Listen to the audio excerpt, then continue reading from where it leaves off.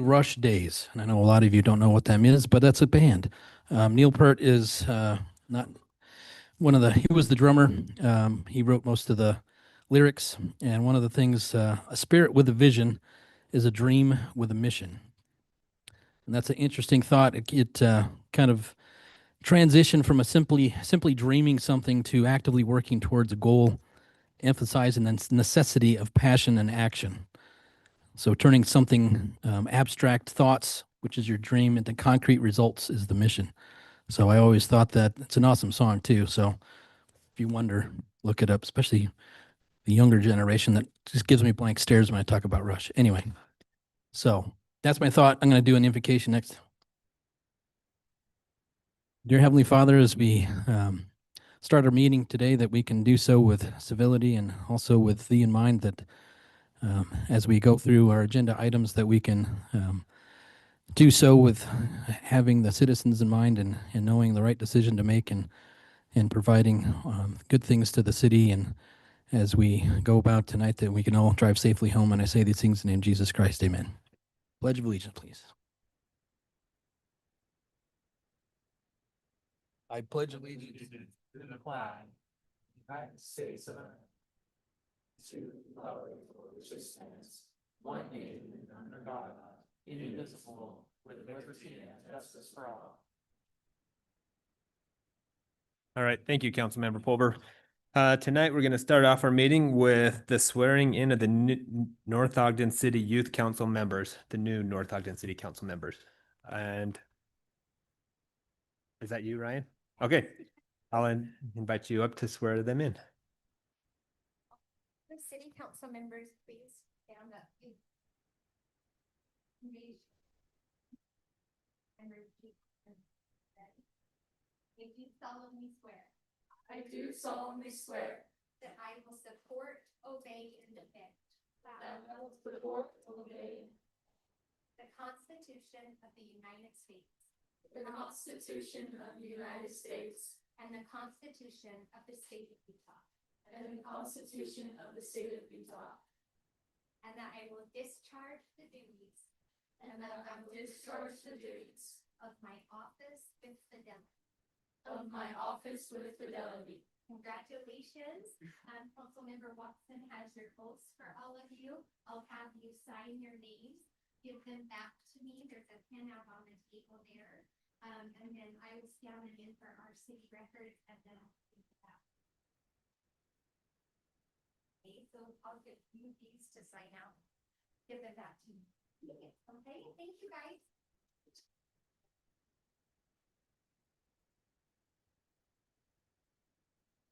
Well, thank you, and no pressure, but you guys just took the same oath that we all took up here, so there's hope for you that you might be up here soon. All right, next we're going to go to a youth council presentation on the USU Leadership Conference, and we're going to turn the time over to Councilmember Watson. Well, I have been honored to be one of the advisors for these youth, and it's been an incredible experience. One of my favorite parts of being a city council member is this assignment. These youth are really phenomenal youth, and we have youth officers, including a youth mayor, youth recorder, all these different positions that we hold here in the city, and we have quite a few leadership opportunities as well as service projects, and these kids just rise to the task every time, and they're just really impressive youth. So they wanted to share with you some of the things that they learned at this past training that we went to. So I'll turn the time over to them.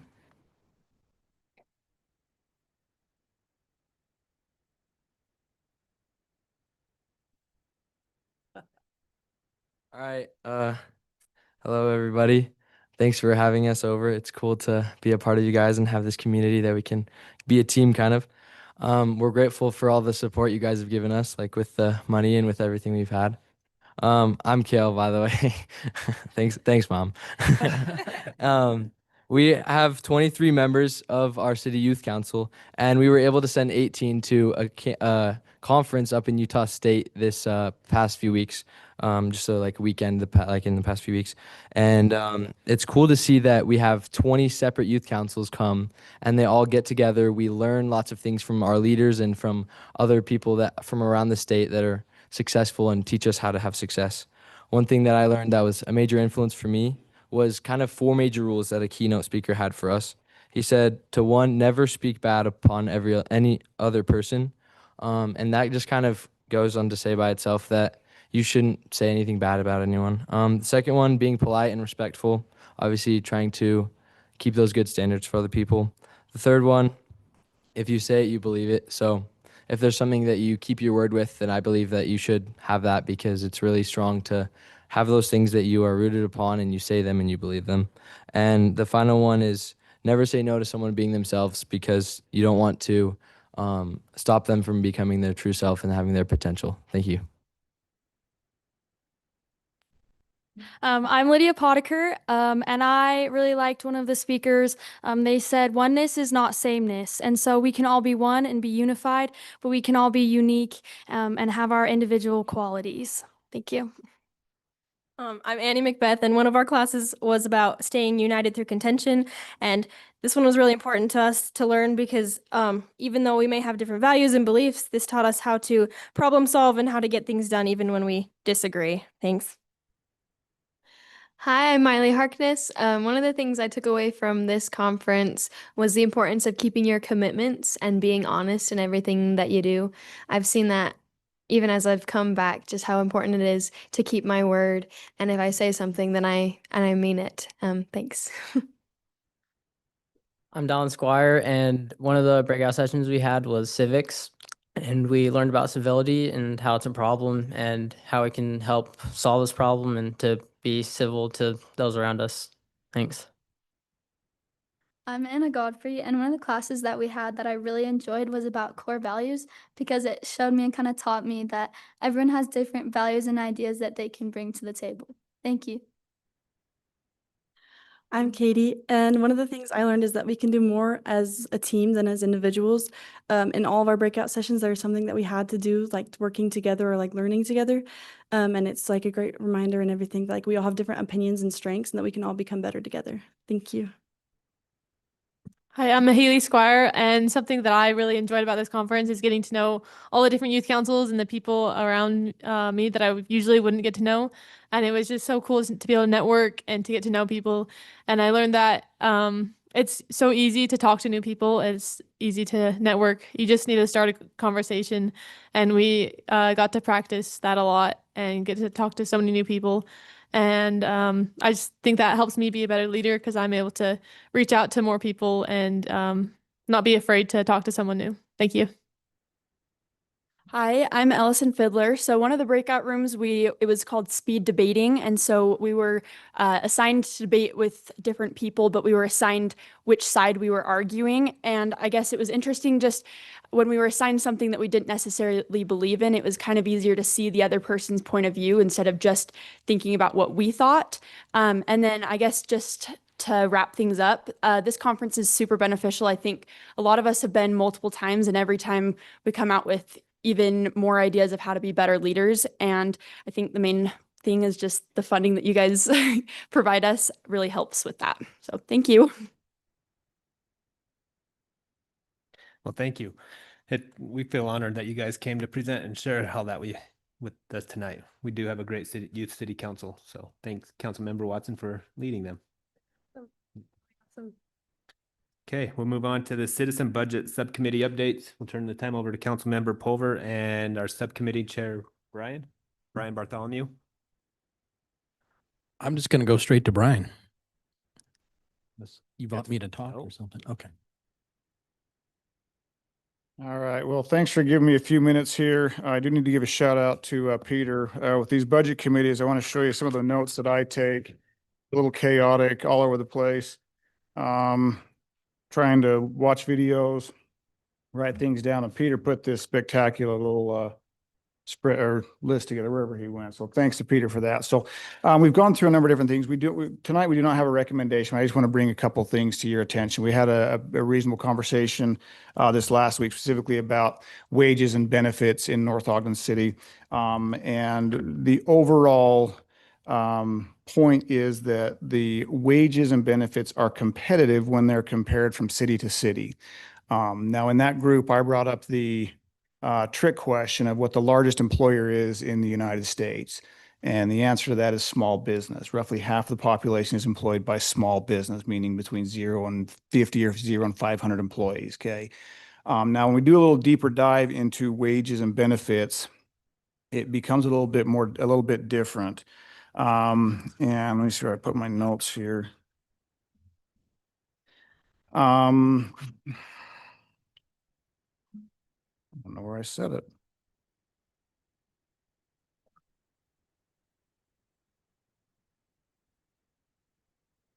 Got myself all turned around here. I apologize. When you Google a quick search of the average wage in Weber County,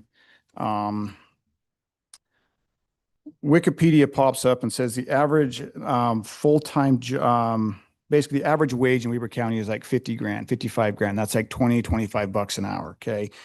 Does not address benefits. Another place I found was Nielsberg Research says the average wage is about 65,000. So there is a variance there. Okay. Now, as we've done some research on the benefits relative to wages, I called a friend who works in the finance department on Hill Air Force Base. And I said to him, I said, if you have an employee out there on base, federal employee making $100,000 a year, do you know what the total cost is to the taxpayer? Meaning what percentage in addition to that 100 grand do they basically get? And he said, I know that number. And I says, what is it? He said, it's 75%. And that shocked me. So basically an employee on Hill Air Force Base making 100 grand has about a 75,000 additional cost to the taxpayers in benefits package. Okay. Now I spent my whole career in small business, and my benefits package throughout my career that I've tried to offer and get myself in and been anywhere from 0 to about 20%. So the question here is, where does the city benefits package fall? And with information from John and with Peter, it's about 40%. Okay. Now, Katie also made a comment the other day that the city employees are not allowed to work over 40 hours a week. I have not had a chance to dive into that. But the overall conclusion for me is, number one, if they're not allowed to work over 40 hours a week, they're not overworked. And I'm comparing this to small business, which is where I come from. Okay. They're not overworked. Number two, they're paid competitively when compared to other cities, but their wages seem to be fairly high relative to the overall Weber County. And in small business, they could be considered even quite high. But the benefits package seems pretty heavy, pretty good. When you compare again what the city is paying, what we the taxpayers are paying in addition to their wage in the form of benefits, they seem like they're fairly well compensated when all things considered. So at this point, the Citizen Budget Committee does not have a recommendation on anything. We're still diving in, but I just want to present that information that we are looking at the wages, the benefits, and of course other things as well. So you're welcome to reach out to me if you have any questions, but we appreciate what you guys do, and we'll see you in a month or two. Thank you. I just wanted to echo what Brian was saying, that I think the time and not just in the meeting, but also externally to the meeting, that some of these citizens have been doing is phenomenal. I just want to appreciate Brian too, because some of the weeks he can't be there, so he has to go back and kind of research everything at the same time. So there's a lot of people that I really appreciate doing all that. It takes time and understanding of what's going on, and I really enjoy the different perspectives, especially Brian's, because I have a wife that has some of his same perspectives, and I have to listen to that. So it's always good to know that there's somebody else on the planet that has some of the same things. Anyway, just wanted to thank him before he leaves. All right, thank you.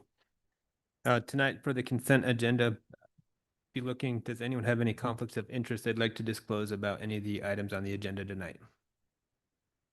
Okay, seeing none, we'll move on. Discussion and consideration of February 24th, 2026, March 3rd, 2026, and March 10th, 2026 meeting minutes. They've been distributed electronically. Does anyone have any other suggestions or corrections needed, or I'd be looking for a motion to approve those 3 minutes?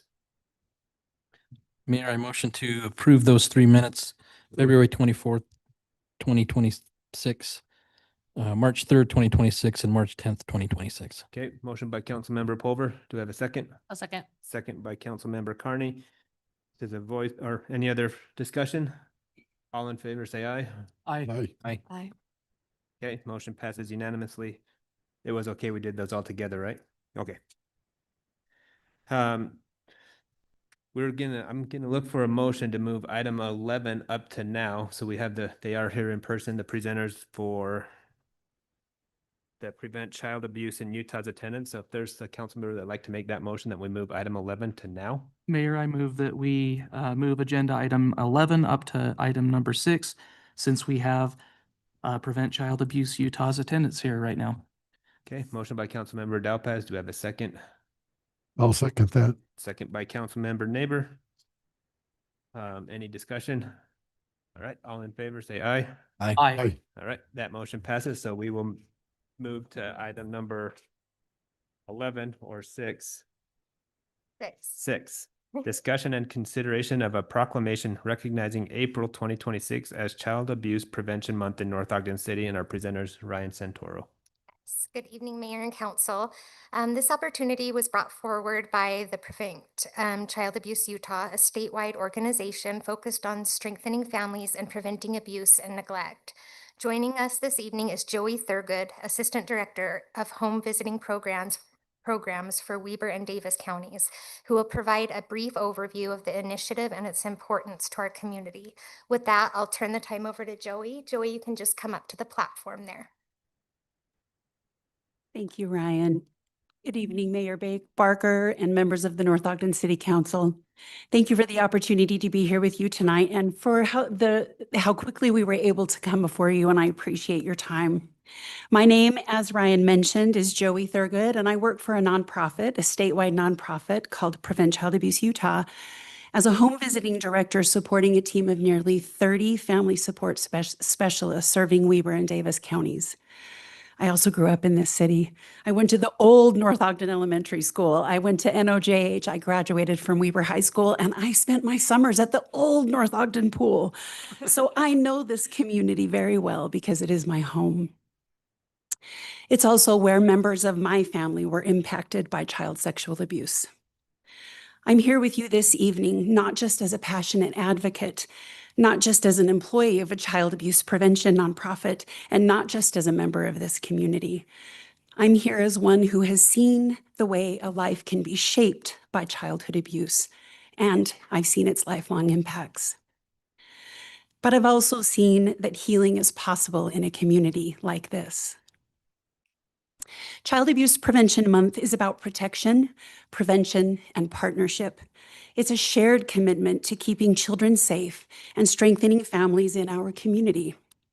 It's about recognizing that children are our most valuable asset and that strong families build strong communities.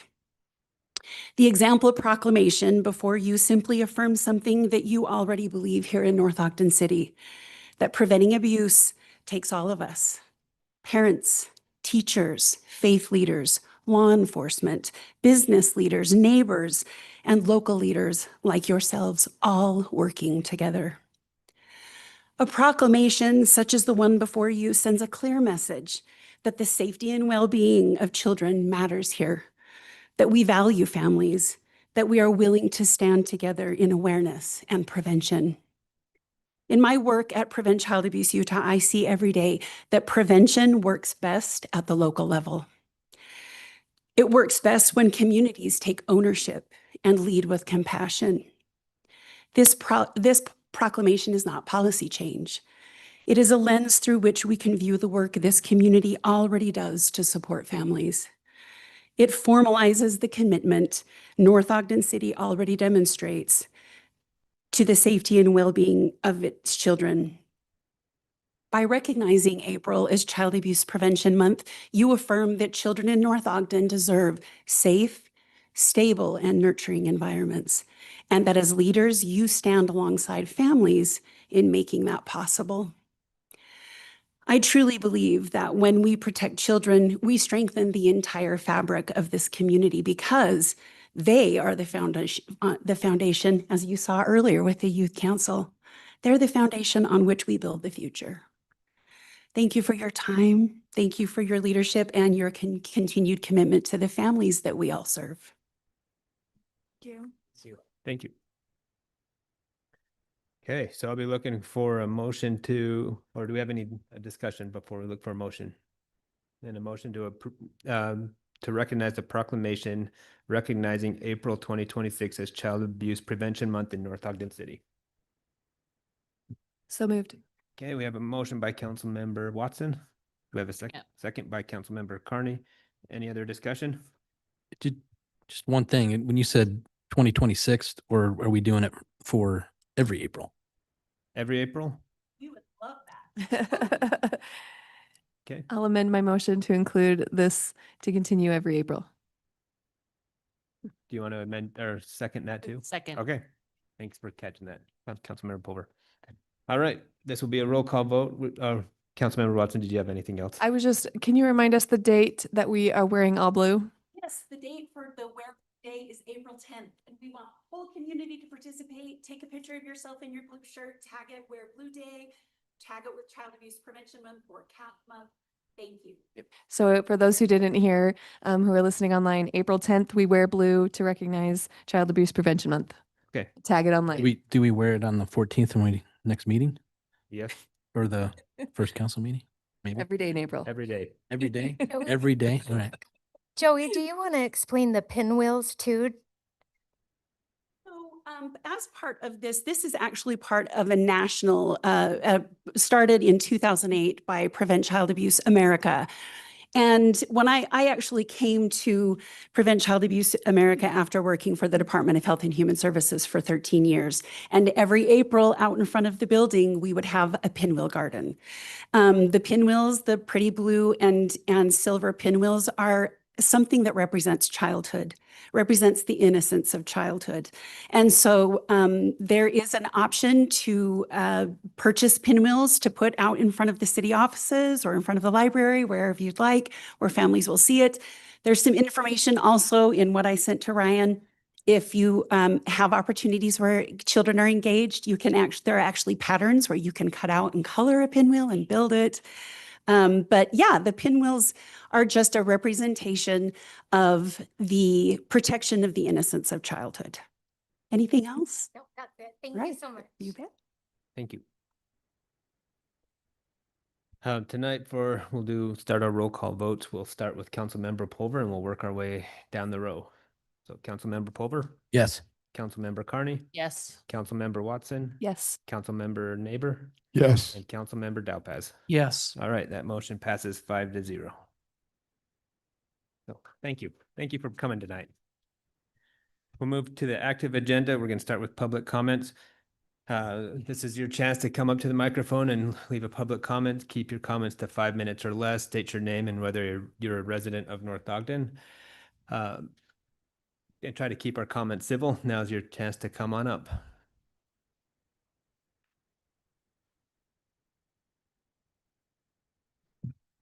I guess I'll come up here first. I'm Claire Mitchell. I'm from North Ogden, and I actually know a lot of these people. Steve's going, wait a minute, I know you.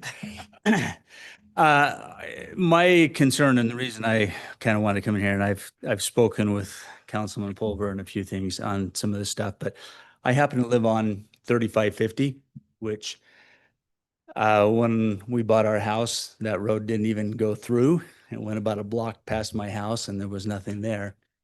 And it has turned into basically a major freeway. I understand, I know what's going on. If you still live in the same place, Steve, I'm sure you're questioning what's going to happen as Mountain Road goes behind your house and goes flying through there and stuff.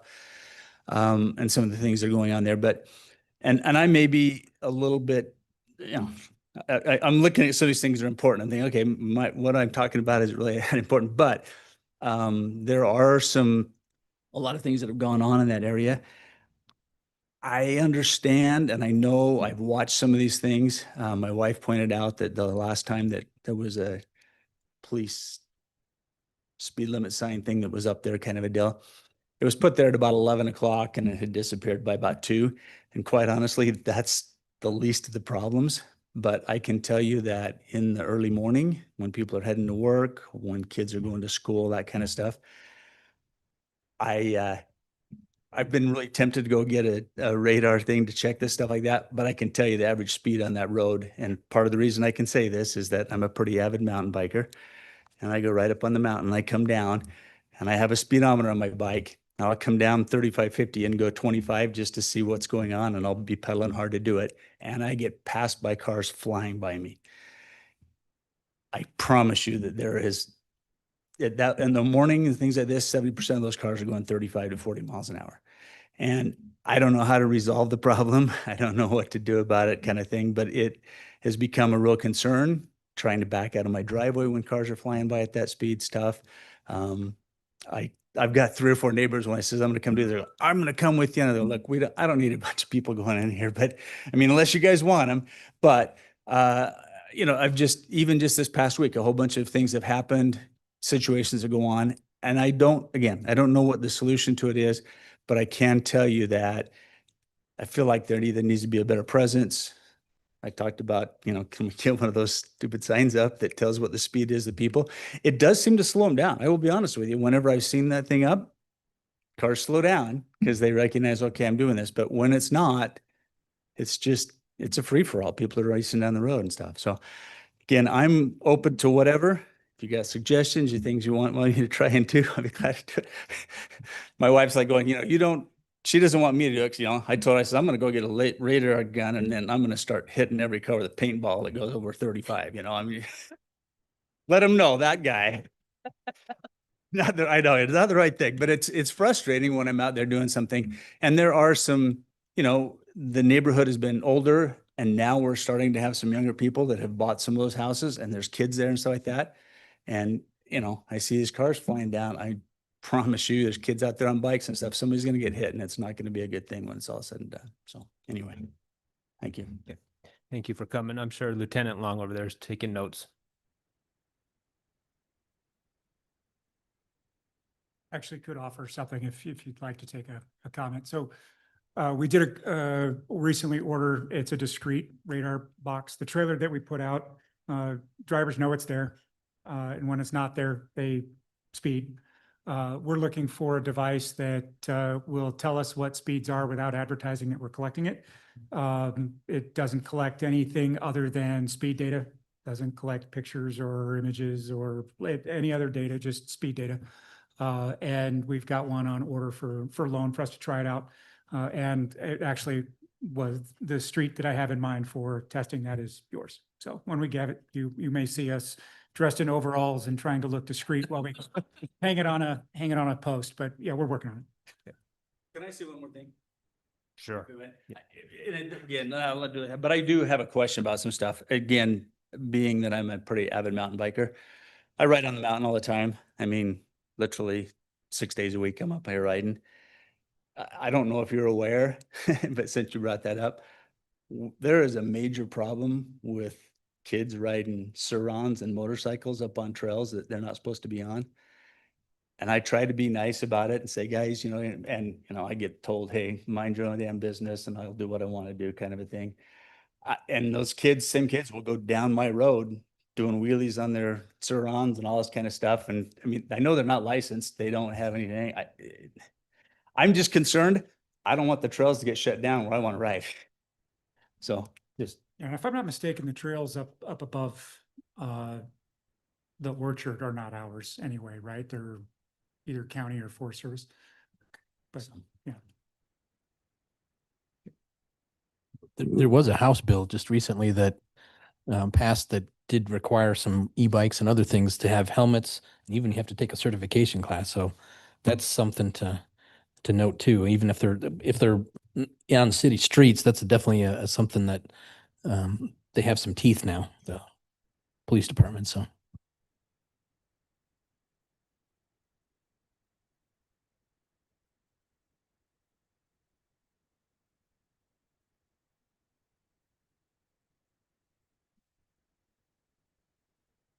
Brent Call, North Ogden resident, and another suggestion for your speed box on 2100. I live on 2100 and it's a racetrack some days. Well, I'm here to talk about roads again. I know you guys probably think I have some kind of an obsession about roads. I don't, but I am passionate about North Ogden and about what's going on in North Ogden. The first thing I'd like to address is is item number 7 on your agenda.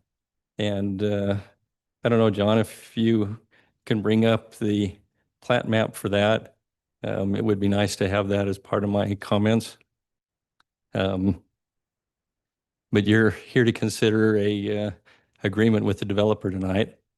As I've expressed before, I'm opposed to that type of a development. I think it's the wrong product in this particular location.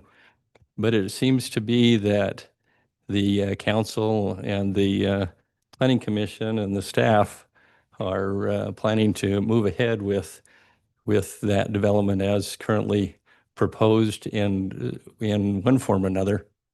And in the staff report, it talks about the lots that are facing 600 and rear facing on 600 and also on 2100. The staff report indicates that they don't like that proposal because let's see if I can quote what the staff report says.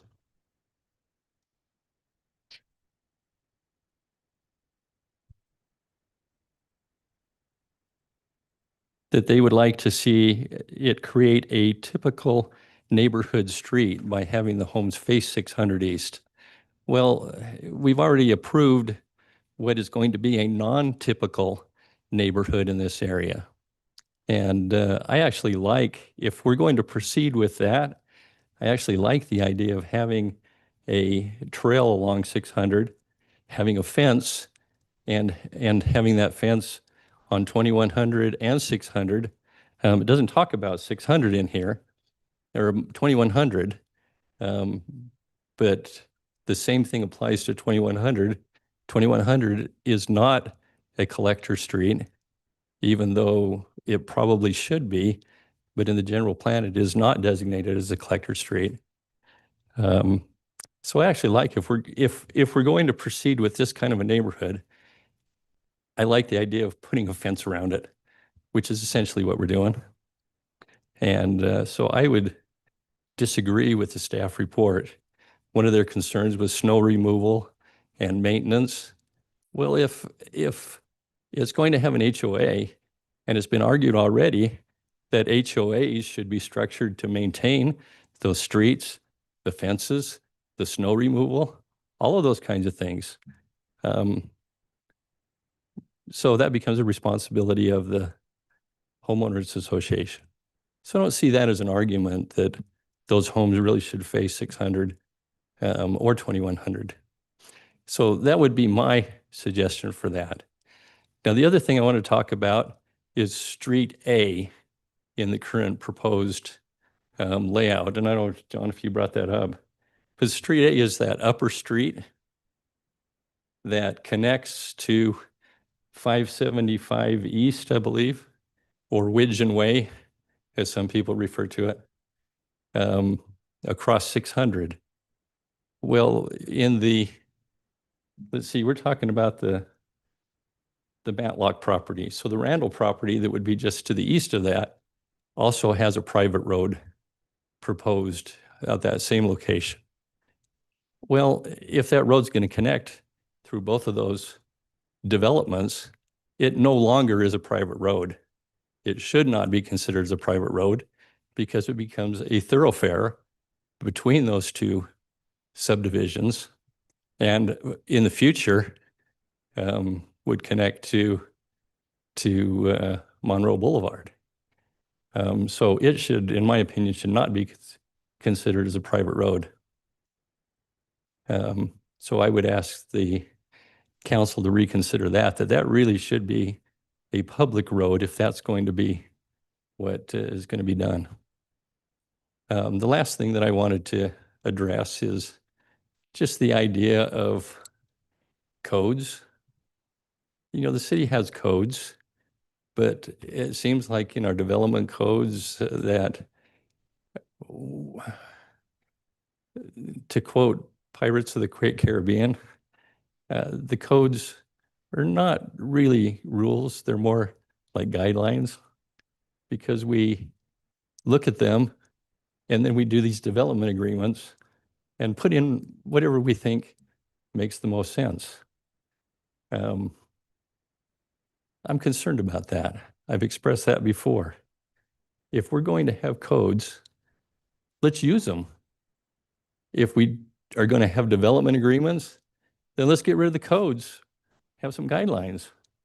Let's update the general plan. I find a lot of this not consistent with the general plan. So I would very much encourage that the council, the planning commission really needs to put some focus on the way that we're doing planning and development. I would like to thank you guys for your service. Appreciate the time that you guys put in. Appreciate the consideration that you've given to the citizens' inputs. And thank you. Thanks, Brent.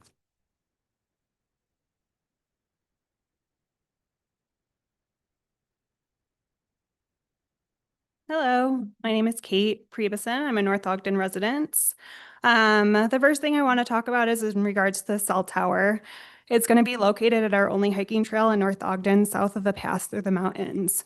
As you move through the plans to push it through, please make progress towards making that place a beautiful place. I'd love to see it landscaped as it requires protection around it. A chain link fence would trap trash. Cement and fences entice graffiti. It's already not the most beautiful hike. So when we're having opportunities to work towards beautifying it, please do. A side note, I would love to see a slowdown on residential growth. A girl can hope and pray. I'm not saying forever, but just as we work to catch up and progress in other areas, like adding more hiking trails in the mountains, everything that's being developed west of us will also be coming to our area to enjoy the beautiful mountains and hike. I would love to see walking and biking trails throughout our community incorporated as developers build. A walkable community supports a healthy community and a safe one. Giving kids and adults a safe place to ride their motorized and non-motorized bikes, to run, walk their dogs, all supports that. When you don't include sidewalks, bike lanes, parks every mile as recommended in our current general plan, it contributes it to all being done in an unsafe manner. Our community has needs as we grow. Another opportunity I see is the lines at Smith's are insane. As a dietitian, I would love to see a Sprouts or a National Grocers added.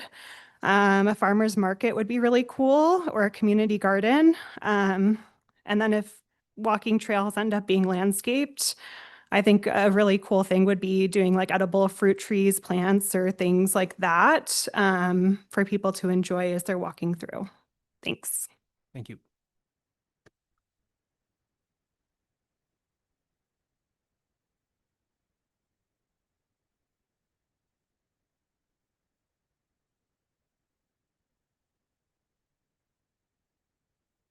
Deanne Burns, North Ogden. I just wanted to make some comments about HOAs in our city regarding future developments. I want to remind our council that Legacy HOA came to the city and has asked the city to take over the roads because they can't afford it. So I want you to remember that. Also, Ranch View Property Management has asked the city to take over their park because they can't afford to maintain it. They asked John Call regarding that.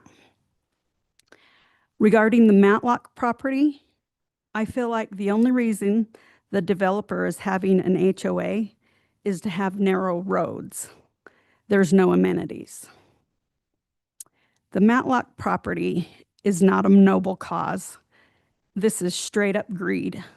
And these developers should be ashamed of themselves, and they don't live in our community.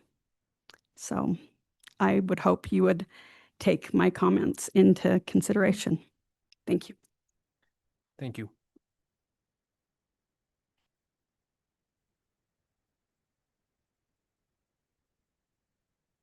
I guess I'm up. Mindy Albee, North Ogden. I would like to talk about two things. First, the Atkinson Pauling cow pasture proposal. What is the official status of the development agreement?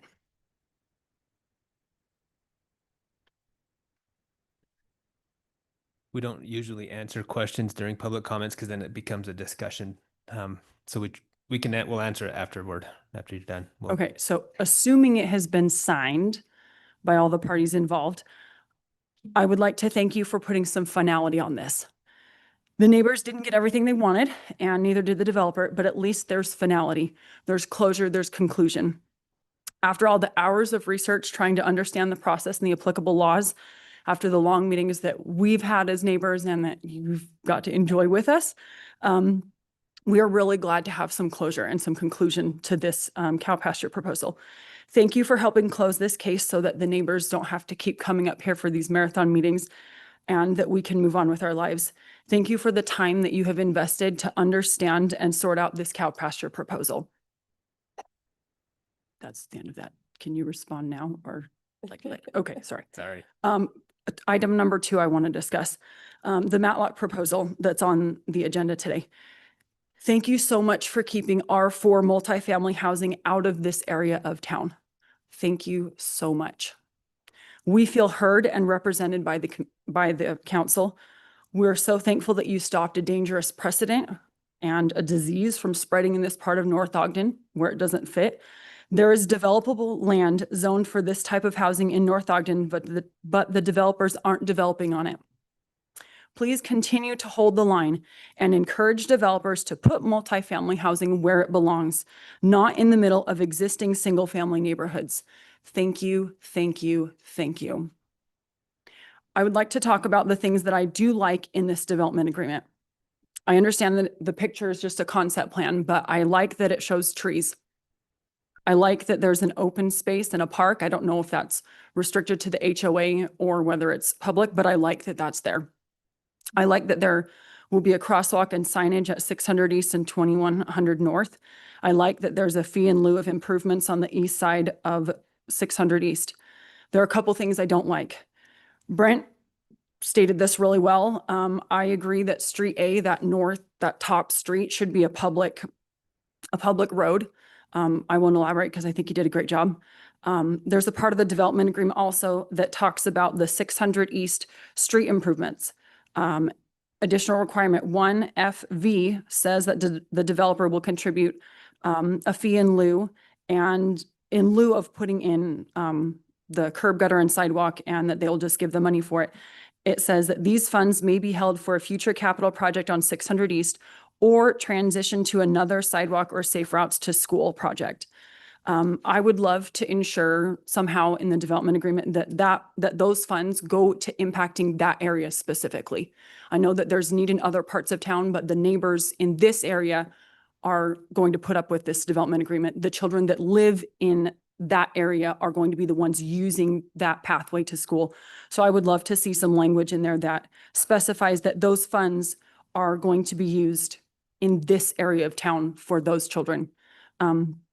Those are the only comments I have. Again, thank you so much for representing the citizens, and I look forward to seeing how else you represent us.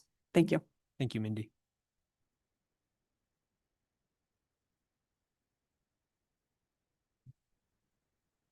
Kevin Burns, North Ogden. A couple things. Mindy stole my point about the $37,000 restricted to the area, but that is a great point in that agreement that money be restricted to that area. I'm going to go to motorcycles. There was a comment about motorcycles. I live in a neighborhood where there's this little gang of dirt bikers that are screaming all over the place, and it becomes a point of contention at my house. Drives my wife nuts, and I have to say, what a good life they're living. So we're on opposite sides of it. Yeah, they're 4, and they're racing. They're 4, 5, 6 years old cruising. Like, that's a good life. I want to join them, but neighbors think it's weird. Now to the Matlock property, there's been some discussion about the 600 East, the homes facing 600 East or not facing 600 East, and the staff report was pretty specific about their feelings with it.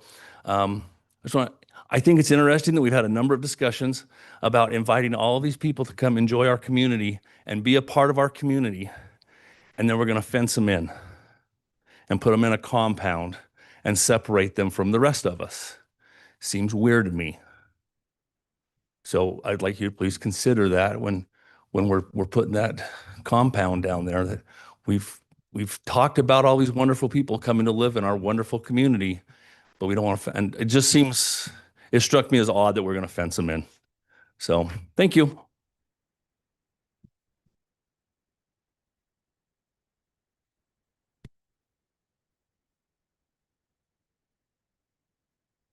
And I'm trying to look over on that screen. It doesn't look like there's any raised hands. Okay.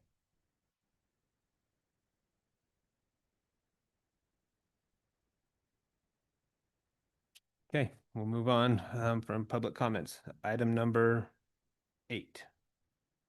Discussion and consideration of the Matlock property development agreement located at 600 East, 2100 North, and our presenter is going to be Scott Hess.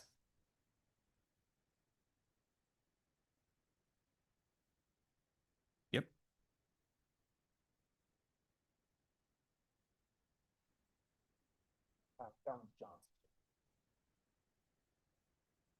Okay, thank you, Mayor and Council. So we have today the consideration of an development agreement as part of the Matlock rezone proposal that was heard by City Council February 10th, 2026.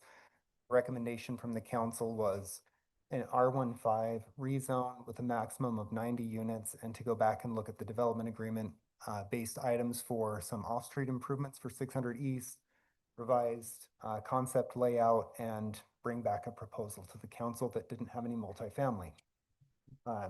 As written in my staff report, the development agreement and the concept plan largely meet the intent of the city council, I believe. I think they did a good job to go back and revise the project. One piece that staff is we have a strong recommendation on is following City Code 1126.3C, which is the double frontage and reverse frontage lots. So when you do a double frontage or a reverse frontage lot, in this case, down 600 East, all of those homes on the east side would be their backyard. You'd have a 6-foot continuous fence for several hundred feet.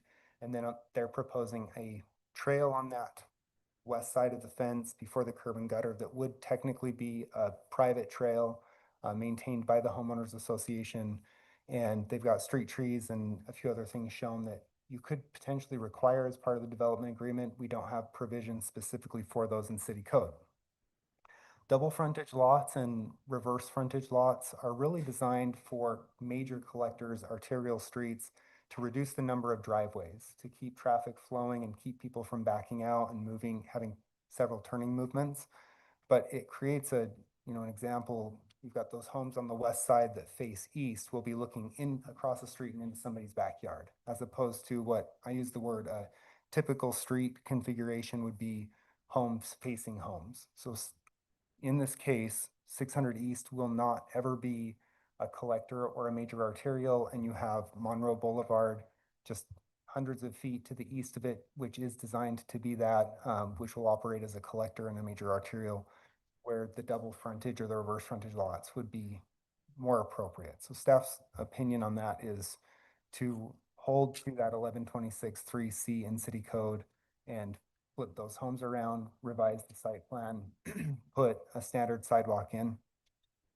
And then there's a few other nuances here and that we can talk about. In the development agreement, they have the funding, $37,500, I believe, for fee in lieu of 600 East improvements. And when you go to 600 East and you look at the property ownerships of those homes on the southwest area of 600 East, some of them have not gone through a standard subdivision process, and they own out to the center line of the road. So the city does not currently have a capital improvement project to go out and improve sidewalk, curb, gutter on 600 East as it currently is.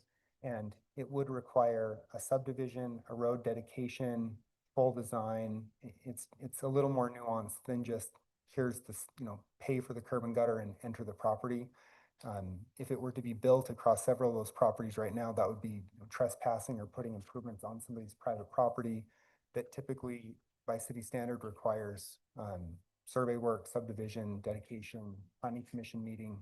So for staff, what we had written is that if there is a fee in lieu, that money could be either earmarked for a future 600 East project or put into Safe Routes to School and held as something that, you know, assists in sidewalk construction. But it would be difficult right now. There's no, as far as I am aware, no capital improvement project to be identified there to add those funds to. On the Street A, the development agreement does say everywhere other than 2200 North would be eligible for private streets. And I just want to point out, and I didn't address this specifically in the code, but we do have in our city code block length standards in 1126-4 streets, number 4 blocks. So a block length cannot be more than 1,320 feet and cannot be, or is not recommended to be less than 400 feet in length. So again, this comes down to turning movements, vehicular traffic, and 2300 North to Widgeon Way or Street A, by my measurement, is about 260 feet. So it's under that 400-foot requirement for the block length. It would likely make sense for it to be a public street, but you'd have public streets 250 feet apart, essentially creating just a back-to-back one lot block. That's one that staff can kind of see the merits of, you know, one way or another as far as that private street goes there, because 2200 North will be the primary east-west connector that the city is interested in connecting across Monroe and over into the development that touches 2175 North. Those are really the main items that staff has to present. We've got Western Lands, representative from Western Lands here. You'd like to hear from them as well. And also John Call as the city attorney, all of us have looked at the development agreement several times. So happy to answer any questions. Just a question that was brought up, and I thought the same thing. Is there a way to tie the 37,000 to this area? Whether it's a Safe Routes to School for Green Acres or for this specific, I don't know how you tie it to just a small area, but is that possible? I think you could, in the development agreement, say where it's supposed to go, but you'd have to, and I'm not a finance person and I'm not in public works, I'm not in capital, but I think you would create an item in the budget that would be Green Acres or Safe Routes to School in this general area, and hold that money over in kind of like an escrow type of account until you utilized it in the future. Okay. That's absolutely possible. I bet we could put wording that would say something to the extent of $37,500 that has been set aside needs to be spent within 1 mile of this project, you know, so it's, or a half a mile or whatever that distance is that we determine. It seems like that'd be pretty easy. Any other questions for, yeah, Councilmember? So in that regard, I know there was a lot of residents that get flooded, and that's, you know, almost a yearly occurrence. Probably not this year, but well, maybe, you never know. On that corner, and then, so to me, I thought we had something along that lines for 2100. I can't imagine why we couldn't just extend it north on 600, because it was like 500 feet, I think, if I was doing my math right, that the section is. And so it's just a 2300, right? Between 2300 and 2100, or 22, sorry. You're talking curb, gutter, and sidewalk? Yeah. On the west side? Yeah. The big issue is that those property owners own to the center of the road, so Right. we need to condemn the property to put it in. And well, I'm not speaking for the homeowners, but they're the ones that we're complaining about getting flooded. So if we say, hey, we're putting in curb stormwater, I know we needed to start connecting stormwater anyways. I think that's what we were saying. Okay. But I don't know how we prioritize that, but I would think that would be one of the big things. Then we have some not extra, every year is 100,000 for sidewalks and that type of improvement, crosswalks. So we can definitely, I would say, earmark it, or at least make it a priority.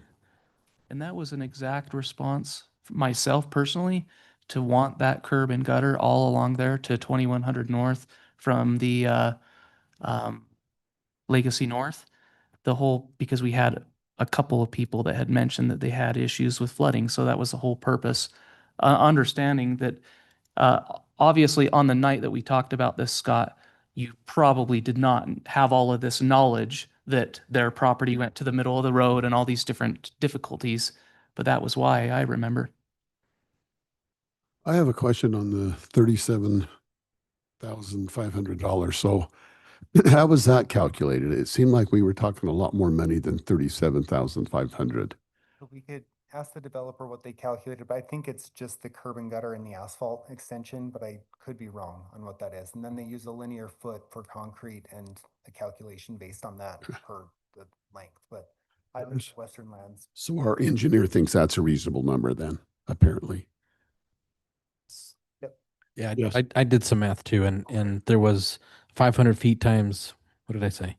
Anyway, I think it's like came out 20 to 30 or $40 a Yeah. linear square foot, you It said, or just something. depended on what we were talking about, but it wasn't putting in piping or anything else. It was literally just curb, gutter, sidewalk. So Okay. I didn't. For some reason, Like I it said, I sounded- agreed that I'm like, oh, that wasn't seem It- like way enough. But It did sound low to me, but if our engineers are saying that that is sufficient for that purpose, then that's all I need. Yeah, that's fine with you me. could just round it up to 100 grand. That'd be easy, right? Sorry. Just remember though, typically when a developer comes in, they don't do both sides of the street. They only do Yeah. the side that they're. This is a concession. Yeah. Right, it's a concession, so let's remember that. Concession for them to get approval in a way, or a consideration moving forward. So, but I do understand what you're saying there. I was just asking if that was a reasonable amount. It sounds like it is. Sounds like it is. Why is there a restriction, Scott, in your mind about the lot size? Where's that at? The minimum lot size for all lots within the site shall be no less than 4,600 feet. Because I look at the plan and I don't see any lot sizes that were, Yeah, none of them are close. yeah, so I wonder why we even have that in there. So that's specifically in the residential R15 code. So they're just reiterating that R15 says you can go down to 4,600 square feet. So it's belt and suspenders. It's covering them from a codified standpoint. Okay. Development. So that's on us then. So That's Okay, our own current code that we okay, administer. okay, So okay. the development agreement is a little bit mixing administrative items that the planning commission would look at based on our land use code and the council legislating on those trade-off items. Okay, okay. Well, I'm happy there's not a lot size in that range, so.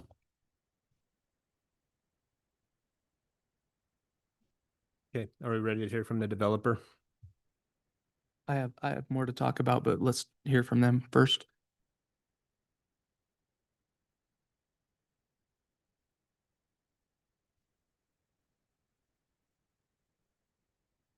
Welcome back. Good to be, good to be in front of you all again. Thank you so much for the time. John, would you mind bringing up that presentation? My comments will be brief for this time. We're narrowing the set of items we're talking about, which is good to see. So we'll keep it a little bit quicker. I wanted to start, I think, on the primary point that's come up with the public and in the staff comment. I think, it sounds like from the brief discussion, one of the primary discussion points is the double frontage lots. John, could you go to I think it's probably one more slide, please. So what we've thought about with this is, first, we understand why it's in the code. I think, there's a absolute time and place for this, especially when it's city infrastructure. Why have two roads for the city to maintain when they're next to each other if you can, create a way where there's a little less frontage? In this case, we're kind of going at our own cost in the opposite phase because we think it's a better plan. We had an opportunity to discuss with a lot of neighbors along 600 East today. We talked with 6 of the 9 neighbors that front. 5 were in pretty strong favor of keeping. I don't want to say they were in strong favor of the backyards. They were in strong favor of the trade-off of having a continuous asphalt trail and a kind of a recreational corridor as part of their neighborhood, as opposed to, kind of the increased, yes, front of houses tend to look nicer than the backs of houses, but you've got the, roughly 14 proposed driveways, people pulling out. So it was a way of creating the circular traffic inside the community to allow 600 East to be a little bit more activated within the community. And while we were out talking with neighbors, must have been at least a dozen joggers, bikers, scooters going by. Every time we walked between houses, there were lots of people going by. It's already being used for that. It is a fact that a development is going to increase traffic in the area. Let's give them a really awesome, safe place to do it. And it'd be a lot better if we didn't have 14 cuts every 60 feet with cars pulling in, backing out, turning around, et cetera. So we think it does. This street already has a surprisingly limited number of homes that front it. It is a long stretch. But a lot of the legacy homes are interior facing as well. The ones on the south, there's about 6, I think. It's 6 to the south that make up the bottom half. There's not a lot of homes. It's not going to be a neighborhood feel internal street. I think, the best way to create value to the community is providing that trail. And so we're pretty excited about it. We're fighting for it. There's not a lot of developer benefit to it. We just think it's better, and it's what we heard from the community that we think it'll be advantageous. And I think one of the other important points is there have been grand plans for trail connectivity in this area. Legacy, by kind of privatizing the area over the canal, it kind of got disrupted. But there's a great trail system to the northeast, kind of behind and around Smiths, and coming a little bit further south. And then there's a big gap. And by putting in this piece and a crosswalk, you get a great connection to Orton Park. And we think it's just an awesome way of providing connectivity to much broader than our neighborhood. And just in terms of maintenance, there's concerns. We're comfortable either way of that being a city maintained trail or a HOA maintained trail. So if there's, if it wants to be viewed as more of a park and the city wants to maintain it to ensure, that they've got the control over it, we're comfortable with that. The HOA is also prepared to manage it. So we're kind of comfortable going in either direction. Scott and John, you can tell me if that needs to be hammered out, in this development agreement, or if that can be done at the administrative phase, but we're comfortable with whichever the city prefers. I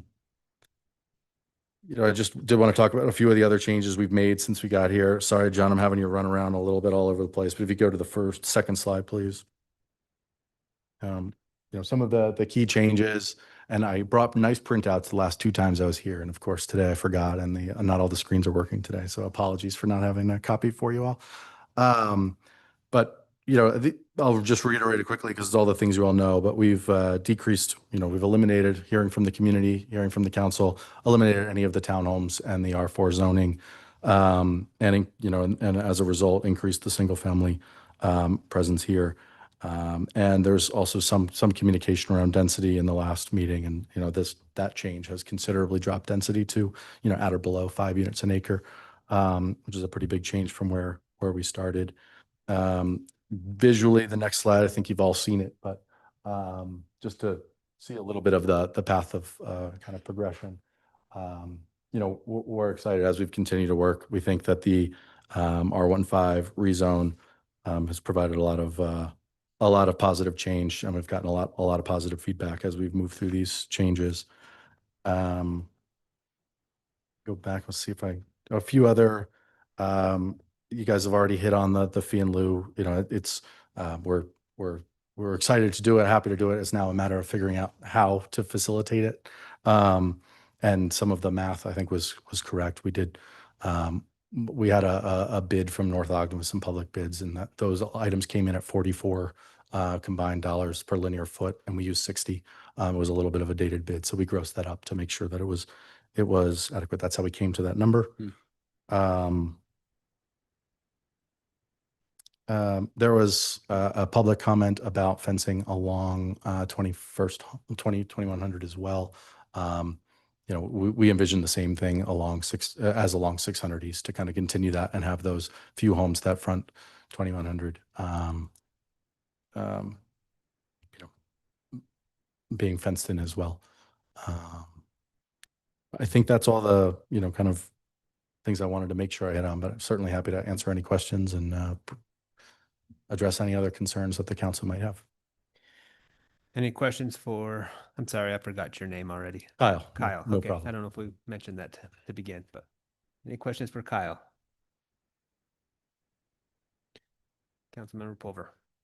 There was, I swear because I went through the previous one and that, I can't remember if it was, anyway, that there was going to be a restriction on height at 32 feet on the western edge of the, that didn't get in the development agreement, but I don't know if that's something still considering. Of course, if you have curb and gutter, sidewalk, space, a trail, space, a fence, backyard, and then the house, I don't know.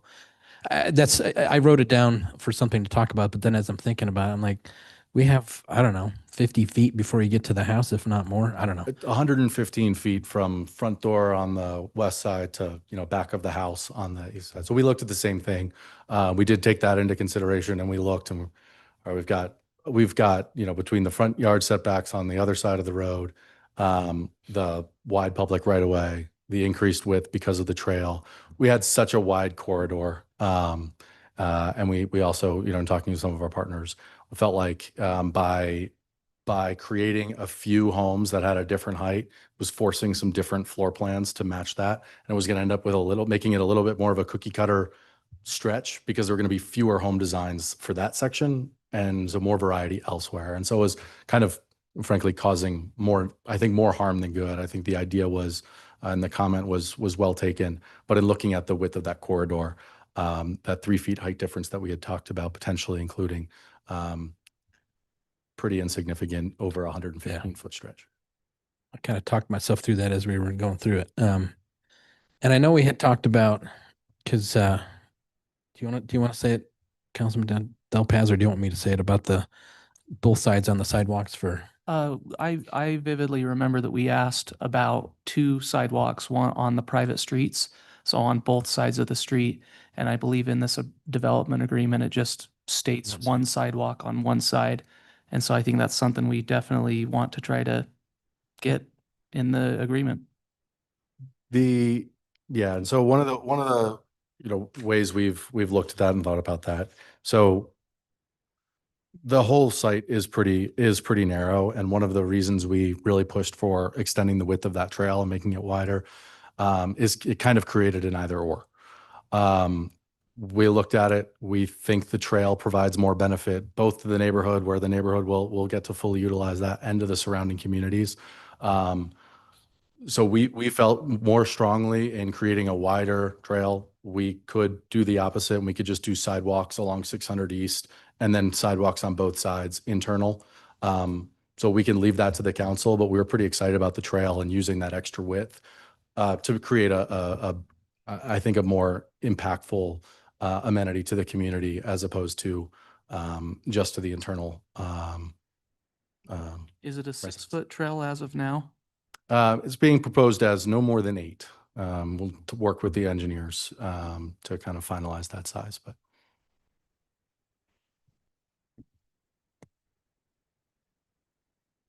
I just know that it was not just one resident, it was pretty resounding on the private road. So I understand the trade-off that you're proposing, but I just remember there was a lot of people that specifically were on that.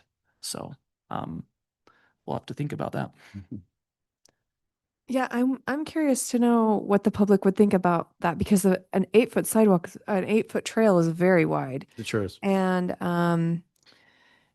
my mind just goes to the Cherry Days 5K runs along that road every year, and I could see that trail being seen as an asset to the neighbors.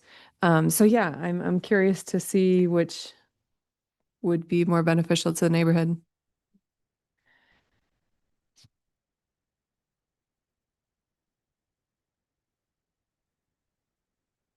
Any other questions? How about in the rendering, there's a park, but is there any mention of a park in the actual development agreement? Is there? No, there's not. So Because that's, that would be good to have that actually inside of the development agreement that says we're planning on having, a quarter acre park or a half acre park, whatever it turns out to be, just so it's specified. sure, yeah. The park as in the rendering is, that's currently designed as detention right now, and proposing that concept to have the amenities included in there. So, I mean, I don't think it's a problem to add some language that includes some of those amenities will fit inside the detention. We haven't fully sized every detention pond exactly where that'll be. That location is likely to stay, just the way that the canal has to be piped and rerouted. So I'd say that location is probably more fixed than other elements of the site. Okay. But so we could add a sentence, to kind of clarify that amenities shown would be included. Is it your intention to have an HOA park? And if average citizen of North Ogden were to stumble on that park, is there any problem with that? That's the intention, and one of the things we really liked about having the publicly accessible trail along there. It's not currently designed to be a wristband exclusive park. I'm just double checking there wouldn't be a HOA Karen that would not allow a regular citizen to play on the park. So No fence there. Yeah. In the. Yeah, and intention there was, and we asked them to remove it in the rendering. We envision it as again. But it sounds like that's good intentions, and it sounds like that's what you're planning on. So I think that's correct. Good enough for us. Yeah, okay. So a park, maybe if I could just interject, a park is different than a playground. So are we asking about a playground or just because it could be just a detention pond, right? I think in my mind, we're talking about a playground. I know this shows a gazebo, but I don't really care about that. But so at a minimum, say that a playground will be installed, and we'll have to come up with some parameters of what that is, maybe compare it to a city park and how big our playgrounds are there and approximately the size of, something like that. Sure. We can, propose some, amenity language to make it clear what can be included. What will be included.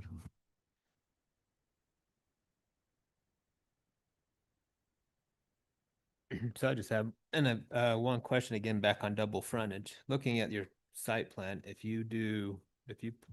we eliminate double frontage and put the houses facing 600 East, you almost eliminate, half of your streets.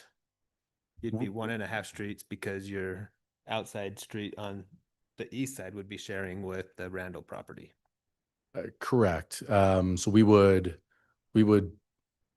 build half a street less. Yeah, if we shifted build it. half a street less. Yeah. So, and I agree with what Scott's presented, that I'm not a big fan of double frontage streets or double frontage lots. I don't like them, but I'm more in favor of they should be facing toward the street, not your backyard facing toward the street. But that's just my opinion. So I'm just curious, as a developer, what is the trade-off to eliminate or to build an extra half a road when you don't need to? Yeah, I mean, again, I think it's primarily been community feedback.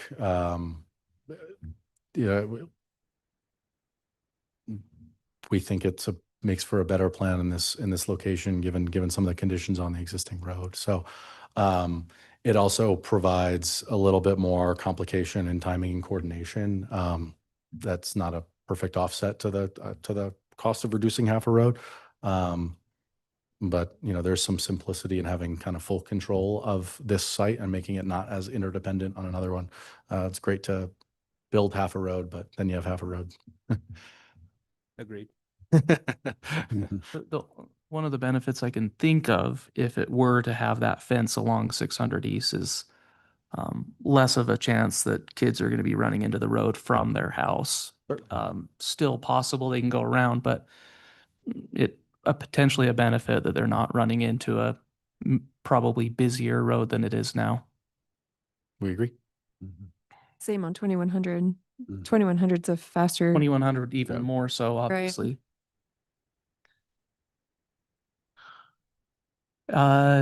Scott, have we done Have we done this in any other developments that you can think of in North Ogden where there is a fence along the edge like that? Even though it's not in our code. Mason Cove, just before 3100 North, exits the city up over the Divide Road. So from Mountain Road, the first, or those final half a dozen lots of Mason Cove have a 6-foot fence. Okay. I'm familiar with Davis County, so there's roads down there, Layton Parkway from Interstate 15 out to Angel Street is that same way, so it's all concrete, 6-foot fence, but that is a major collector. People go 50 miles an hour down it. If you want to think of a bad example of the rear fences on houses, it would be Washington by Papa John's. This isn't in our city, but it's approximately 1400 to 1300 north, and those fences are completely trashed. So It's you know, in Harrisville too. They have a big stretch. yeah. And So that might be giving a bit of an idea of what could happen in the future. 2100 North is indicated in our transportation plan as a collector road, so at least for that one, by state or by city code, could justify the rear frontage lots under the administrative application of the code, like a standard subdivision process. 600 East just isn't designed to operate that way long term. Yeah, and I think That's interesting that maybe 2100 with a fence along the rear and maybe not 600 East per what you're saying. That's interesting. And for what it's worth, I mean, we're looking for, that's currently our plan. We have strong reasons for it, but by putting it in the way we have it in the development agreement, we wouldn't be obligated. So we could continue to have discussions through the administrative process.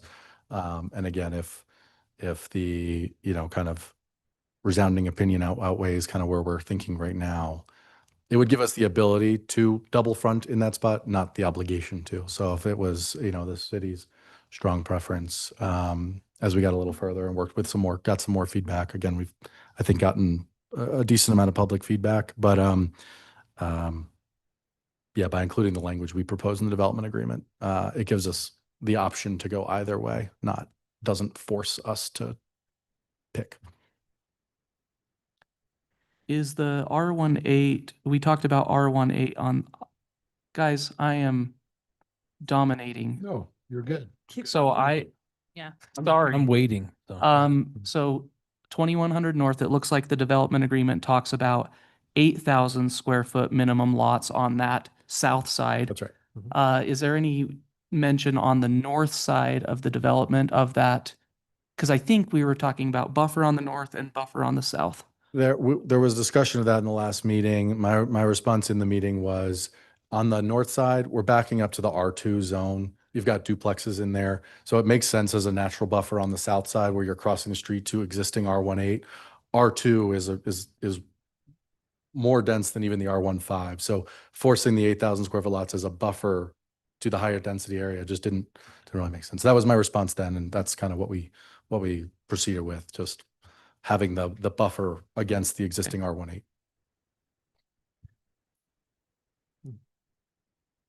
Councilmember Watson, you had something? Oh, well, I just had a thought back to the sidewalks thing.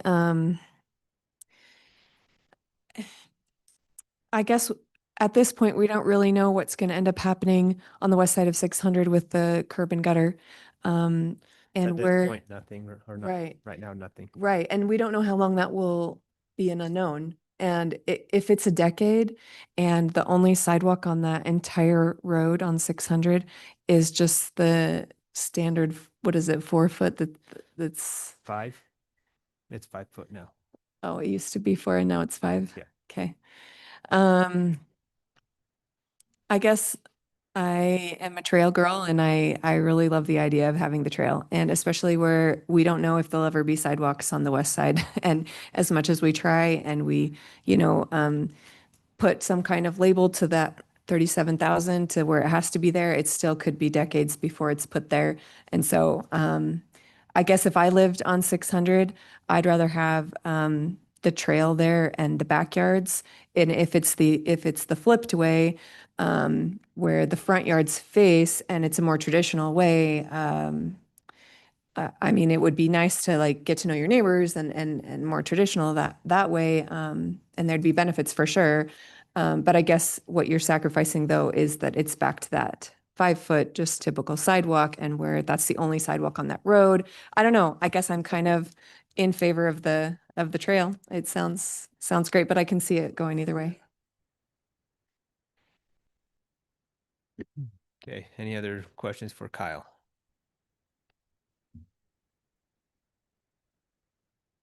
Okay, well, thank you. Thank you. We'll hear your continued discussions, but we'd love to push for a vote tonight if that's possible. Thank you all.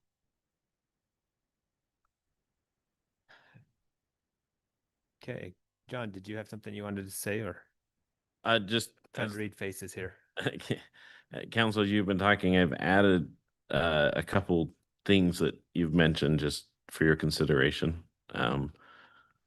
One is, on the sidewalks, I'd put 2 on the street. If that's the direction the council wants to go, as you talk about the asphalt trail versus the double sidewalks.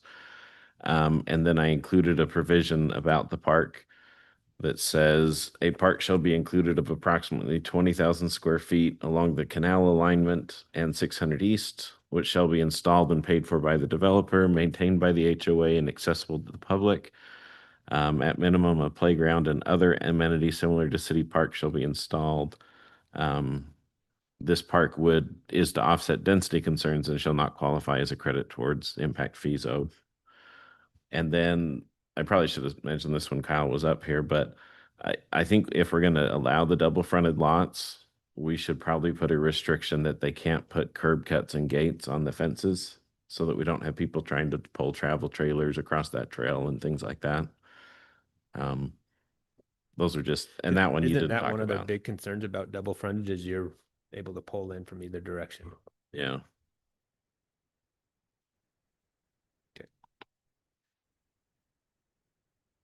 All right, council, any further discussion? Yes, Councilmember Pulver. Okay, so I guess the biggest thing is we were talking about between the big thing is the sidewalk, what you were just talking about, and I just want to kind of go through that a little bit. I agree that when you're talking about character, you want to have the house facing the road, meaning 600 East.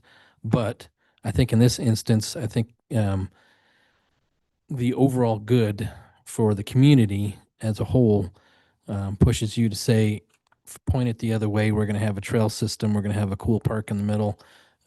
So to me, I think you keep the trail system as is. I know it goes against some other people, but I think that's the way. And I know that we're only going to have one sidewalk on the interior if that's the case too. So that's the kind of the trade-off. And then what was the other thing? Oh, restrict that. Oh, and then for the opposite side, the west side, I think we should, I don't want to go a decade without having something on that side. I think that we need to prioritize that, push funds towards that in the near future, and just kind of coordinate when they're doing development so that we can do that at the same time. So we're not ripping people's stuff up and then doing it again. I know there was some talk, I think it was residents, was it email or something, that they were talking about clay pipes and how old they are, yada, yada. So I think that's definitely something we need to take into account when we're doing this, so that we're not doing it twice in a row. Because when you put a nice, cool asphalt road up and then you start digging it up again for storm sewer and all that other stuff, the road guys are going to start yelling at us. So to me, I think we'd want to coordinate so that when the development does it, we're doing it. So, and then the one last thing I had was, if we're going to if we're going to ask them for money, I thought instead of, because it's, curb and gutter, a space, and then sidewalk, right? Or is there going to be a park strip or not on the west side? On the west side? Yeah. Well, the current standard would be a 4-foot park strip, a 5-foot sidewalk. So if they followed our regular city standard, but there's no engineered design on that as it's an offsite improvement. Okay. Because the only question there would be, you wouldn't want to put grass in that because we're trying to as we're going into a crappy season.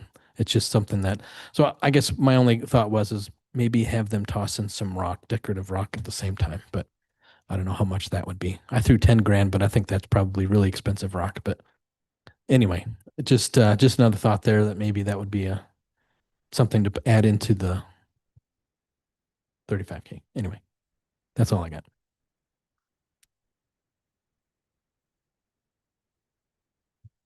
I want to hear from the non-dominators of the discussion. Because I talked a lot. I want to get a few bits and pieces from Mr. Neighbor and Miss Carney. Well, it's been interesting hearing these discussions, actually. And I'm like you, Councilman Dalpaz. I heard a lot of people talk about sidewalks last meeting, and that was very important to them. But I like what Councilman Pulver is talking about, where we might lose the sidewalk, but I do like the idea of establishing a trail system that could be a more broad community-based asset with a priority to get shifting some funds to help with the curb and gutter across the street. I mean, I kind of like that idea.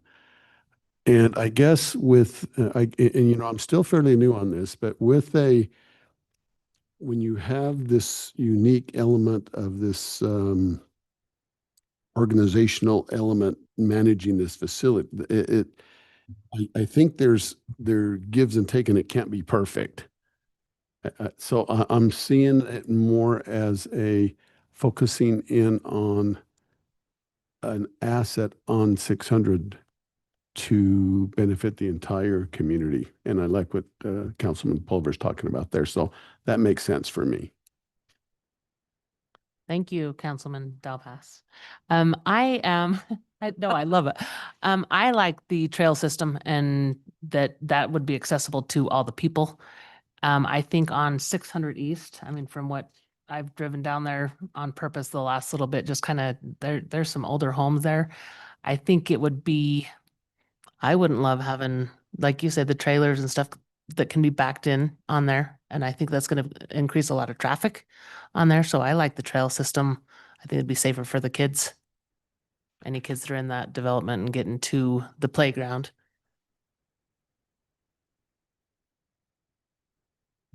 So if we did feel like we wanted the trail system, then the language right now says up to 8 feet. So we should probably nail that down, more of an ask. And then I don't know, maybe we'd need to add some wordage about how it can't be a double frontage. Is it violating code if we allow for the reverse frontage, or it is? That's the point of a development agreement, right? Is that the council through legislating has the opportunity to create not a variance, but variations from code. So in this Right, particular concessions. case, say this one code does not apply as it's written in the development agreement. It would Right. say this does not apply. Mm-hmm. I mean, I guess my perspective is, if it's a win-win situation, then maybe the concession is worth it. Is it worth it to put this unified community-wide asset of the trail system in a concession to allow for the rear frontage? But I mean, I agree that I don't love the double frontage idea with cars coming in and out. If that's a trail system, that would be ironic, right? One last thing I was thinking about is trail system. We keep talking about that, and Kyle said something about the gap, and I wrote that down. And is there a plan to connect? I mean, because cool to have I don't know, 1,500-foot trail, but then if it stops at the opposite sidewalk on both ends, I don't know. I guess it's a good thing, but what's the difference between that and a bigger sidewalk? I go ahead. That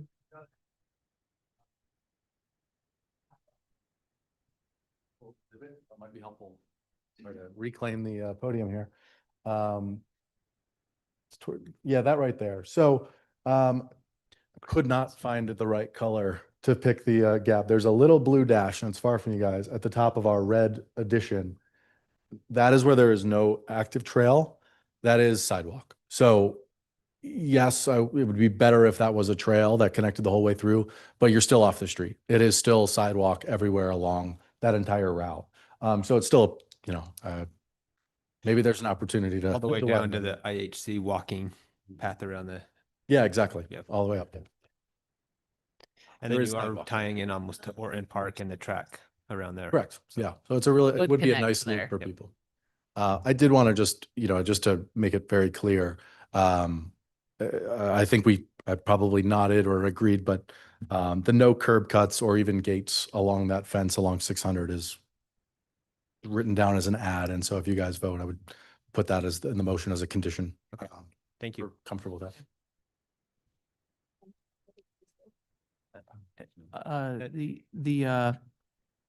If it were just a 5-foot sidewalk, we have to remember that is a gigantic improvement to what is there now. You cannot walk on the side of the road hardly right there. So, you know, even if we decide that we're going in that direction, it is still a reasonable thing for the city, I think. I don't want to get too fixated on this trail.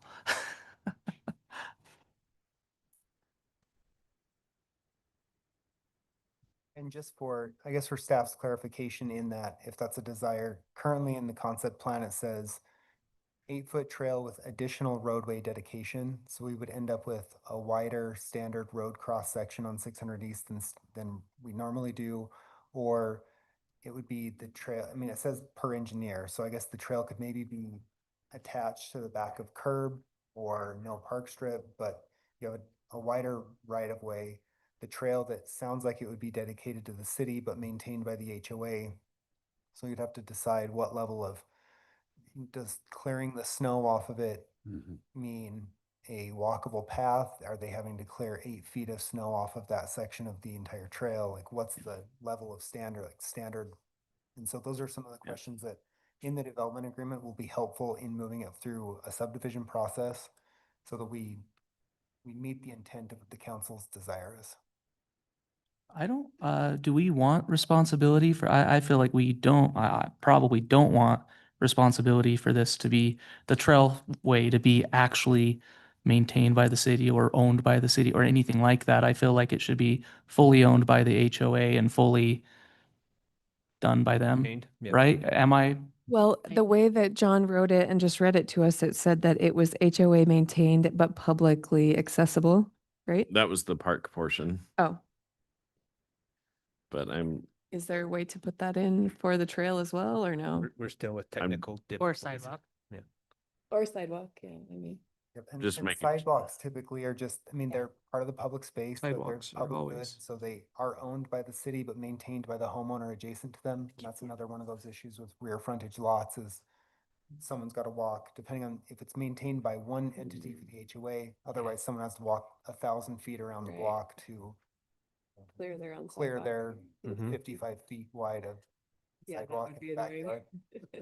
I would hate that.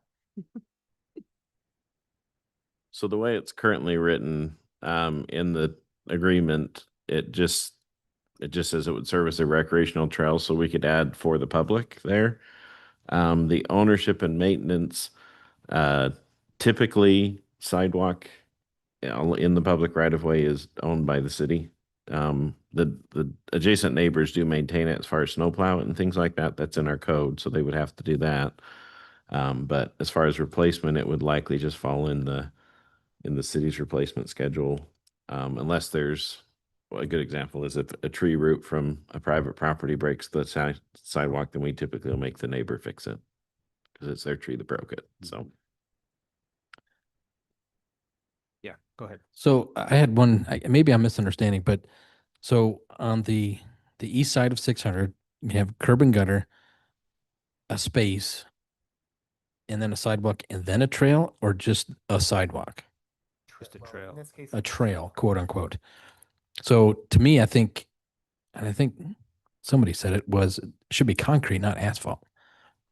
That's just my thought. But, and if it is, then I don't know. What's the difference? Back to Councilman Member Dalpaz's point is that what's the difference between that and just a sidewalk and a trail? And I'm flipping. I don't know. I'm keep going back and forth. It may make sense to do, what their concept pictures look like is nice, but why not have, I don't know. This is hard. Anybody else want to come on up? Anyway, Mindy, tag you in. No, so sorry, thinking about wrestling. I think the biggest thing is what it's going to look like, and just looking at some of the pictures. I don't know. I think, having, it's not like you're cutting things off. Yeah, you have a 6-foot fence, but that's not a crazy amount either, height wise. So are we saying if it is sidewalk, that the HOA will maintain that as well and keep it plowed, or it's going to be up to? I think even if Has it's a to be. trail, they're gonna maintain it. So either way, the HOA is going to maintain. At least snow removal. I can't speak tonight. So it's, But either way, in 30 years, when the sidewalk needs to be replaced, the city will have to pay for that sidewalk to be replaced. And maybe this is a question for Dave, but if it's a trail, asphalt's our trail standard, not concrete.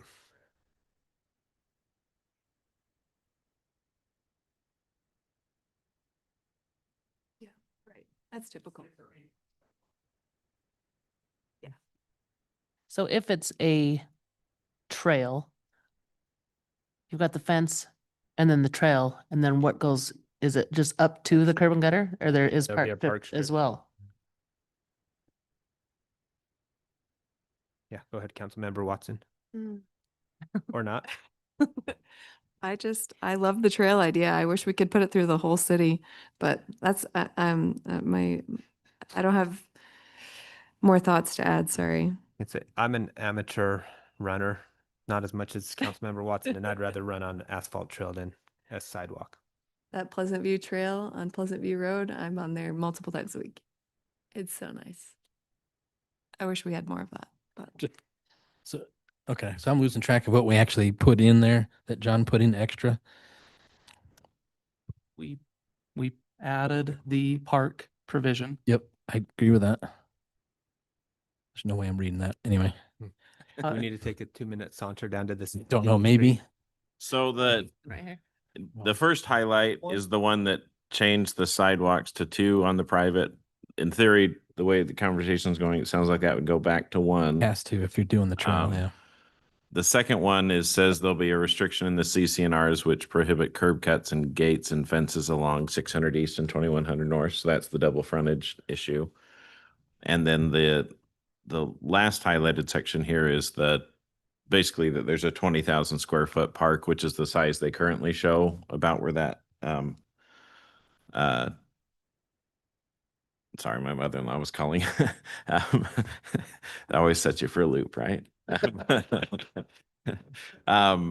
It shall be 20,000 square feet along that canal alignment, and then just says that they'll put in playground and other amenities. I wouldn't anticipate there being restrooms there. I wouldn't include that as the similar amenities in my mind. And then it just mentions that this is to offset the density, create the open space, as opposed to offsetting impact fees. Would they still have ADA requirements to have a sidewalk to the play place or something like that? They'd still have to meet all the federal ADA rules, yeah. We haven't talked about the 2100 North fence. Seems like that's a slam dunk if it's allowed in code too. So.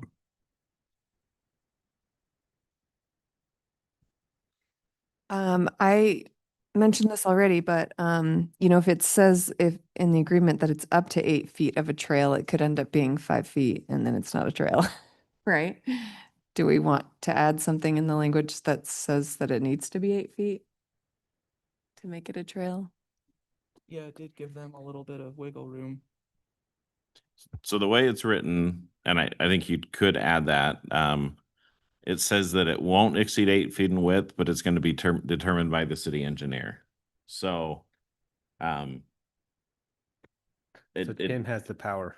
Tim would have the power. So you could look him in the eye in the back of the room and see if you trust him to make sure it's at least, I will say that anytime we do a sidewalk or something that's a trail, it's at least 6 feet wide. Because we want people to be able to walk past each other safely or ride their bikes past each other. And John, maybe it's that the contribution from the developer would be up to that construction of 8 feet. And if you want to get really nerdy, the manual for uniform traffic control devices that helps develop active transportation, other road things, 10 foot is actually generally the minimum two-way traffic multi-use path. So 8 feet is used as like a shrunken down version of it. 10 foot is the new standard for a minimum. This distance, 8 foot is probably fine. You're not going to be driving that much pedestrian traffic down it, but maybe it's just a contribution level to up to or not to exceed 8 feet or at minimum 8 feet. And then if the city were to decide it needed to be 10 or some other improvement, we would pay the additional cost.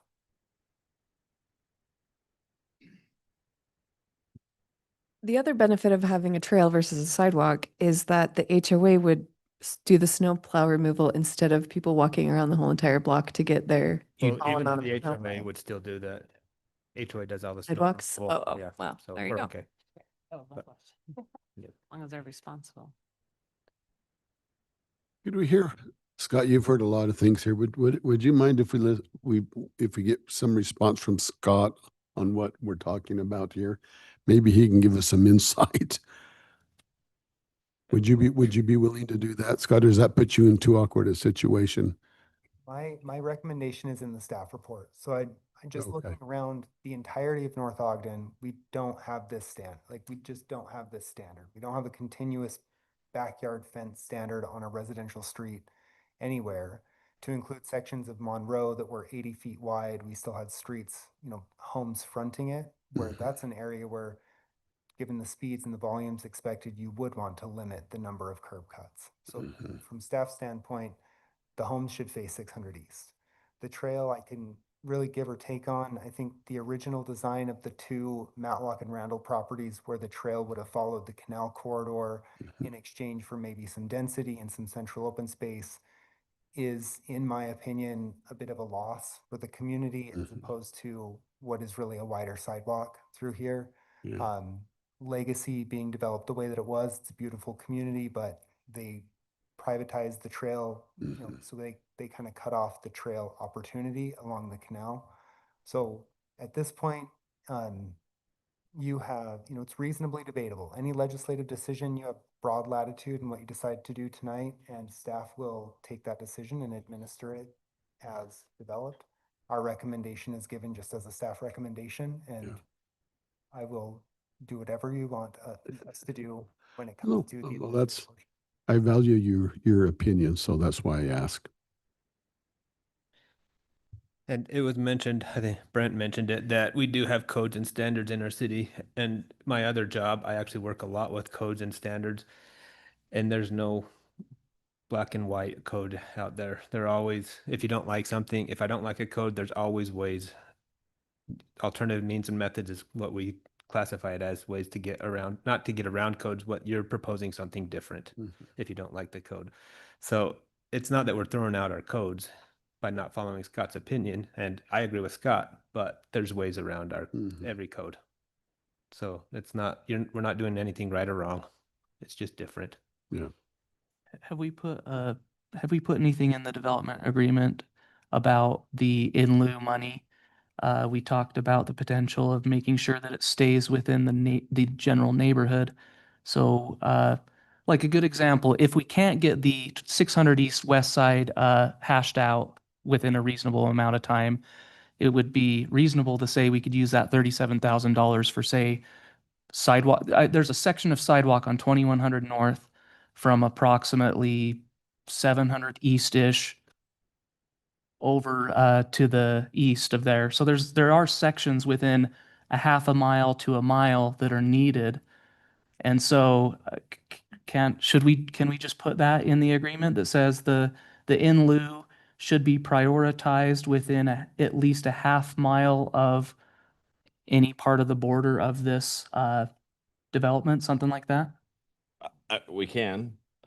the developer won't have a say in where the money's spent, only the council will.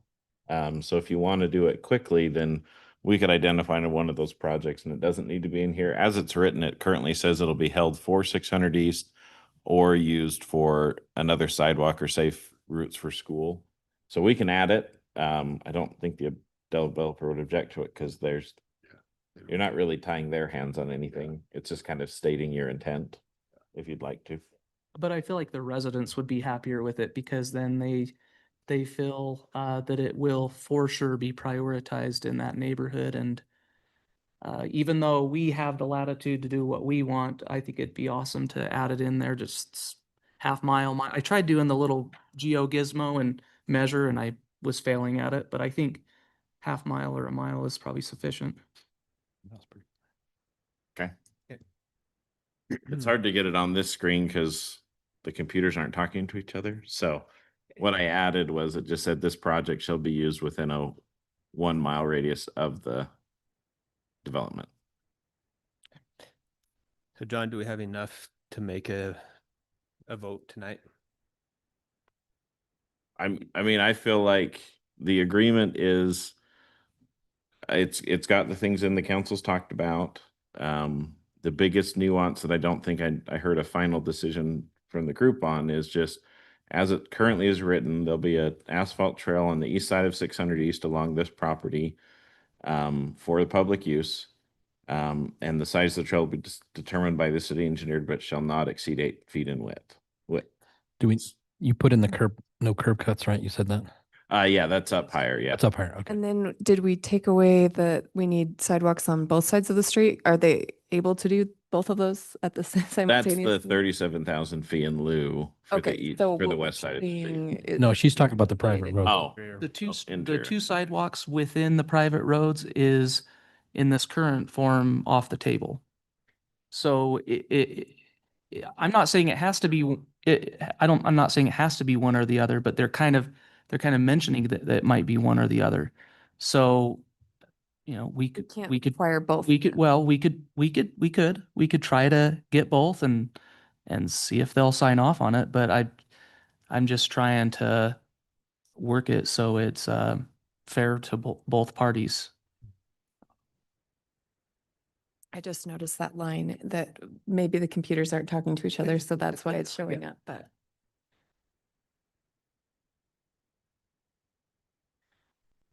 Well, we've had a lot of discussion. I'd be looking, oh, go ahead, come on up. The one thing as written, I think as you mentioned, the two sides of the street. But the one I wanted to mention is just the size, putting the 20,000 square foot minimum size of that park. That's gonna move around as we do engineering on the water. So amenities listed, we're happy to commit to amenities in that park. But I know it was fair basing it off of the current size shown, but there might be some moving between the two different detentions and one ends up being, so we just don't want to commit to that specific size. So if we can remove the size altogether, that's the best, or we don't want to, we're not going to, I don't know, give you a nickel sized park. So we could put a smaller minimum just to get comfortable, but we just want to let the engineering and the stormwater kind of run the first priority, and then putting the amenities in that space is second, and 20,000. Why did you have it at 20,000 then? Just It was actually. Yeah, I John's- didn't, it was we didn't. John's- But if you Yeah, look, well, at this is just a concept. the rendering, it has 20,000. Yeah, so John was just looking at the concept and Yeah, which is totally fair, but it's just hard to, we didn't commit to that specific minimum size. So if we could put 12 or 50, probably 12,000 as a minimum, and let's keep the 20,000 in there. That's what I was arguing for. I know. Well, the only thing, council, that I put it as an approximate, Yeah. and the two things that are going to bound it are the canal alignment needs to align across 600. So that's going to probably push the north end of that park to that line, and then wherever the street comes across. The only fear would be that in theory, you might have enough space there, although the way the canal is going to come on, it's going to come on 2200 and then kind of go diagonally across that property.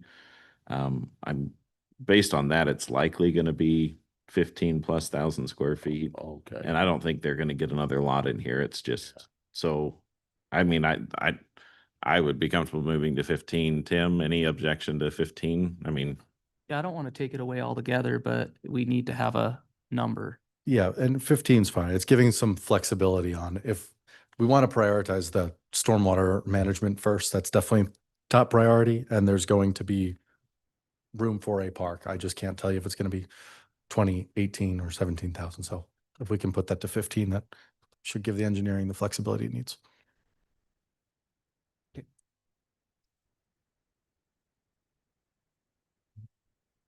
Okay, well, council, I'm looking for a motion to approve, table, or deny this development agreement with Matlock Property for located at 600 East, 2100 North.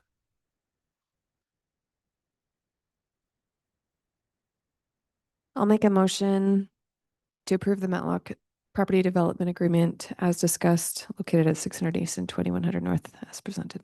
Okay, motion by council member Watson. We have a second? Second. Second by council member Delpaz. Do we have any further discussion? I know this is redundant, but can we just go over what the final ads Final were? corrections were? Just, you don't have to word for word, just the things.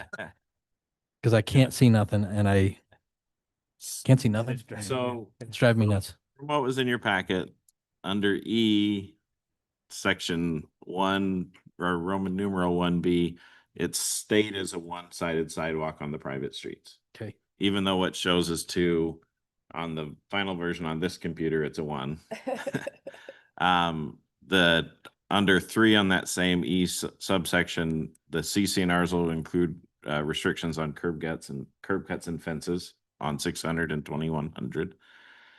And then the park shall include the 15,000 square feet up there in that corner where they've shown it, where the canal's going through. And it will include a playground and other similar amenities. But like I said, I wouldn't interpret that to include restrooms because I don't see them likely being a big enough spot or a good enough reason for them to be there. Is it too late for me to ask a question? Nope, we're in discussion still. So, when it says no gates, that would be, if my rear faced 600 and there was a trail back there, can I not have a walkthrough, like just a, It's currently written as no gates. You could say no vehicle gates if that's. what I you don't prefer know, with the council. I'd love to have accessibility, but I mean, if that's gonna throw off the flow of the trail or something, what's recommended? Yeah. Okay. So man gates are allowed. Yeah. What about women gates? I'm sorry. Kid gates. Kids. Yeah, really, that's It's not gonna deck someone running on the trail, right? I mean, Open inside. They have to open inside. Okay, any other? I wasn't thinking. Were we okay on the 8-foot trail? Did we decide we needed to add any more words to that, or was that good as is? It's up to the engineer's to Tim. discretion, and he is in the back saying that at least minimum 6 feet. 60? 6 feet would be reasonable, And- but And I it's did, a professional opinion of his. and I did include that the trail is a public trail. So That's and- the other thing. Okay. And then I just added that no gates larger than 5 feet, so that, it's big enough you could get a Kubota tractor through, but not a fifth wheel. Christina. Okay, any other discussion? So we've had a motion and a second, so now we'll do a roll call vote. Councilmember Pulver, Yes. Councilmember Carney, Yes. Councilmember Watson. Yes. Councilmember Neighbor. Yes. And Councilmember Delpaz. Yes. All right, that motion passes 5-0 for the development agreement of Matlock property. And I'm gonna go back in our agenda because I meant to answer Mindy's question earlier.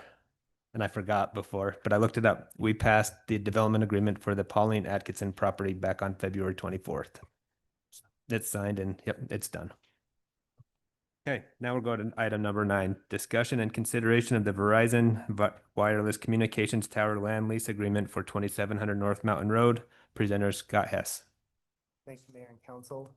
Back in 2025, May 27th, 2025, City Council was presented locations near 2700 North and Mountain Road that Verizon was looking at for a tower. The council at that point didn't have a strong opinion on one direction, one location over another. And Verizon has moved forward with a tower location that is on the northernmost property line separating the Green Waste Pit from the equestrian park east as far as you can go before the elevation starts to climb. So if you're standing on Mountain Road looking towards the equestrian park, it would be north and east, right near, as close as you can get to the Rocky Mountain Power transmission line as you can get. This went before Planning Commission on February 4th, 2026. The North Ogden Planning Commission approved the site plan application as drawn with the conditions. A lease and easement agreement with the city council is required prior to final approval. So we've gone back and forth with Verizon looking at other leases in similar sized communities as well as leases that we have currently. This is an 880 square foot ground lease that's $1,700 per month for 5 years with a 2% escalation clause and then 4 consecutive automatic 5-year approvals. So you'd be looking at a 25-year lease for this tower.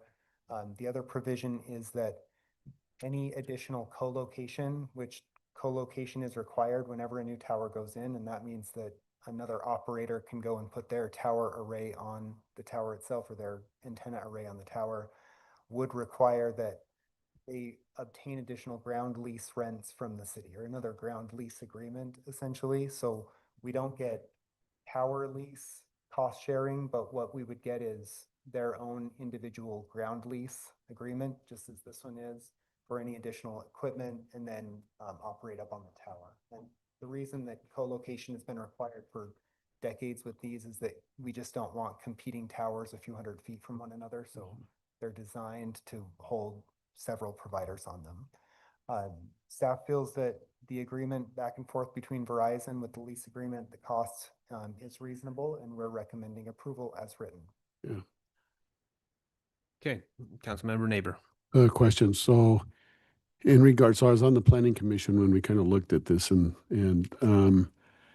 so if AT&T wanted to utilize this site, how do we monetize that? So it'd be additional income to the city if they allow AT&T to utilize the tower, correct? Yep. So AT&T will have to approach the city about obtaining a ground lease for their equipment on the ground. And then they would negotiate an agreement with this tower company to negotiate space on the tower. So they'd end up signing 2 leases, one with the tower company and one with the city. That's interesting. Is that odd, or why wouldn't we just do a revenue share? It's just one of the ways that it's one of the different versions. This is the way that this group prefers to do it, is to require a ground lease for any additional equipment. Okay. So the ground lease, would it be at a similar rate of income? I would assume so, that we would look at the same per square foot cost and say that's what we want for your equipment on the ground as well. So the same escalation increases. So we're escalating this every year. What was it? 1%? 2% per year.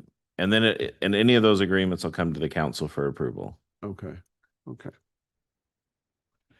Is there any non-monetary benefit here that we should think about? I mean, knowing we have our own police department, is there any element that the police department might utilize the tower for emergency antenna? Have we thought about that at all? Not sure. So we Goodness, I would say no, because and this is fire too.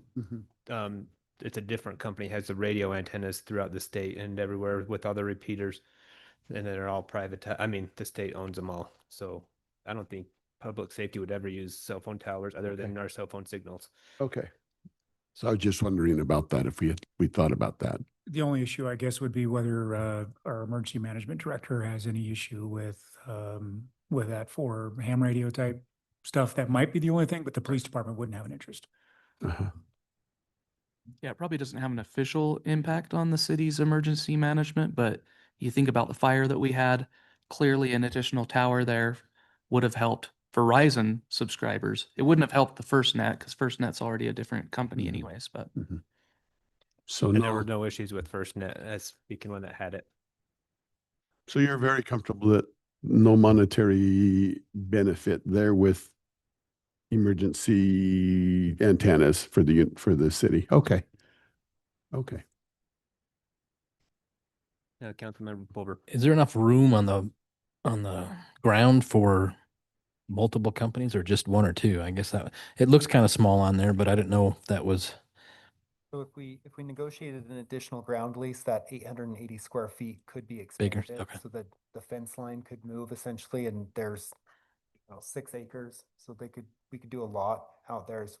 And they tucked the tower as far east and north as they could with a fall radius to the Rocky Mountain Power transmission lines would be the least impacting as possible if we were to dedicate that city or deem that city property surplus for future development, that it should be kind of off in the corner in an area that would be really difficult to develop otherwise. Yeah, because I looked at there is a max or minimum that you have to have distance from a power state, or not power, but the cable of the, good heavens, high power lines. So I know that was met. I'm sure they'd figured that out. But and the other thing that she's not here, but I know Planning Commission talked about the way it looked, and I know they were going for, I don't say rustic, but something that is going to blend, right? And so that was, and that's kind of the rendering too. So I mean, it's going to look like rust, but that was the way. They use the Rocky Mountain Power Lines use Core 10 steel is what it's called. So it's designed to patina and rust in place. So it will be the Yeah, same. patina is better than rust. Yeah. It'll be the same material essentially. So it'll look operationally or functionally, it'll look just like the Rocky Mountain Power vertical tower that you have there. But either way, we need a fence, period. And I don't think there's any way to get around chain link fence that's just, it's there already, correct? Yeah. So, okay.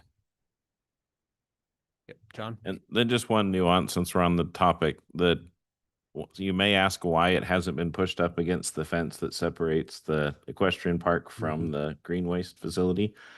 The northern property where the majority of the green waste facility is located, there's a deed restriction that doesn't allow structures on it from the family who gave it to the city. And so we had to move the tower south onto the southern property that didn't come from that family, where we can put structures in. When the power substation went in, the city actually got sued because the kids of the people who gave the city the property were not aware of where the property line was.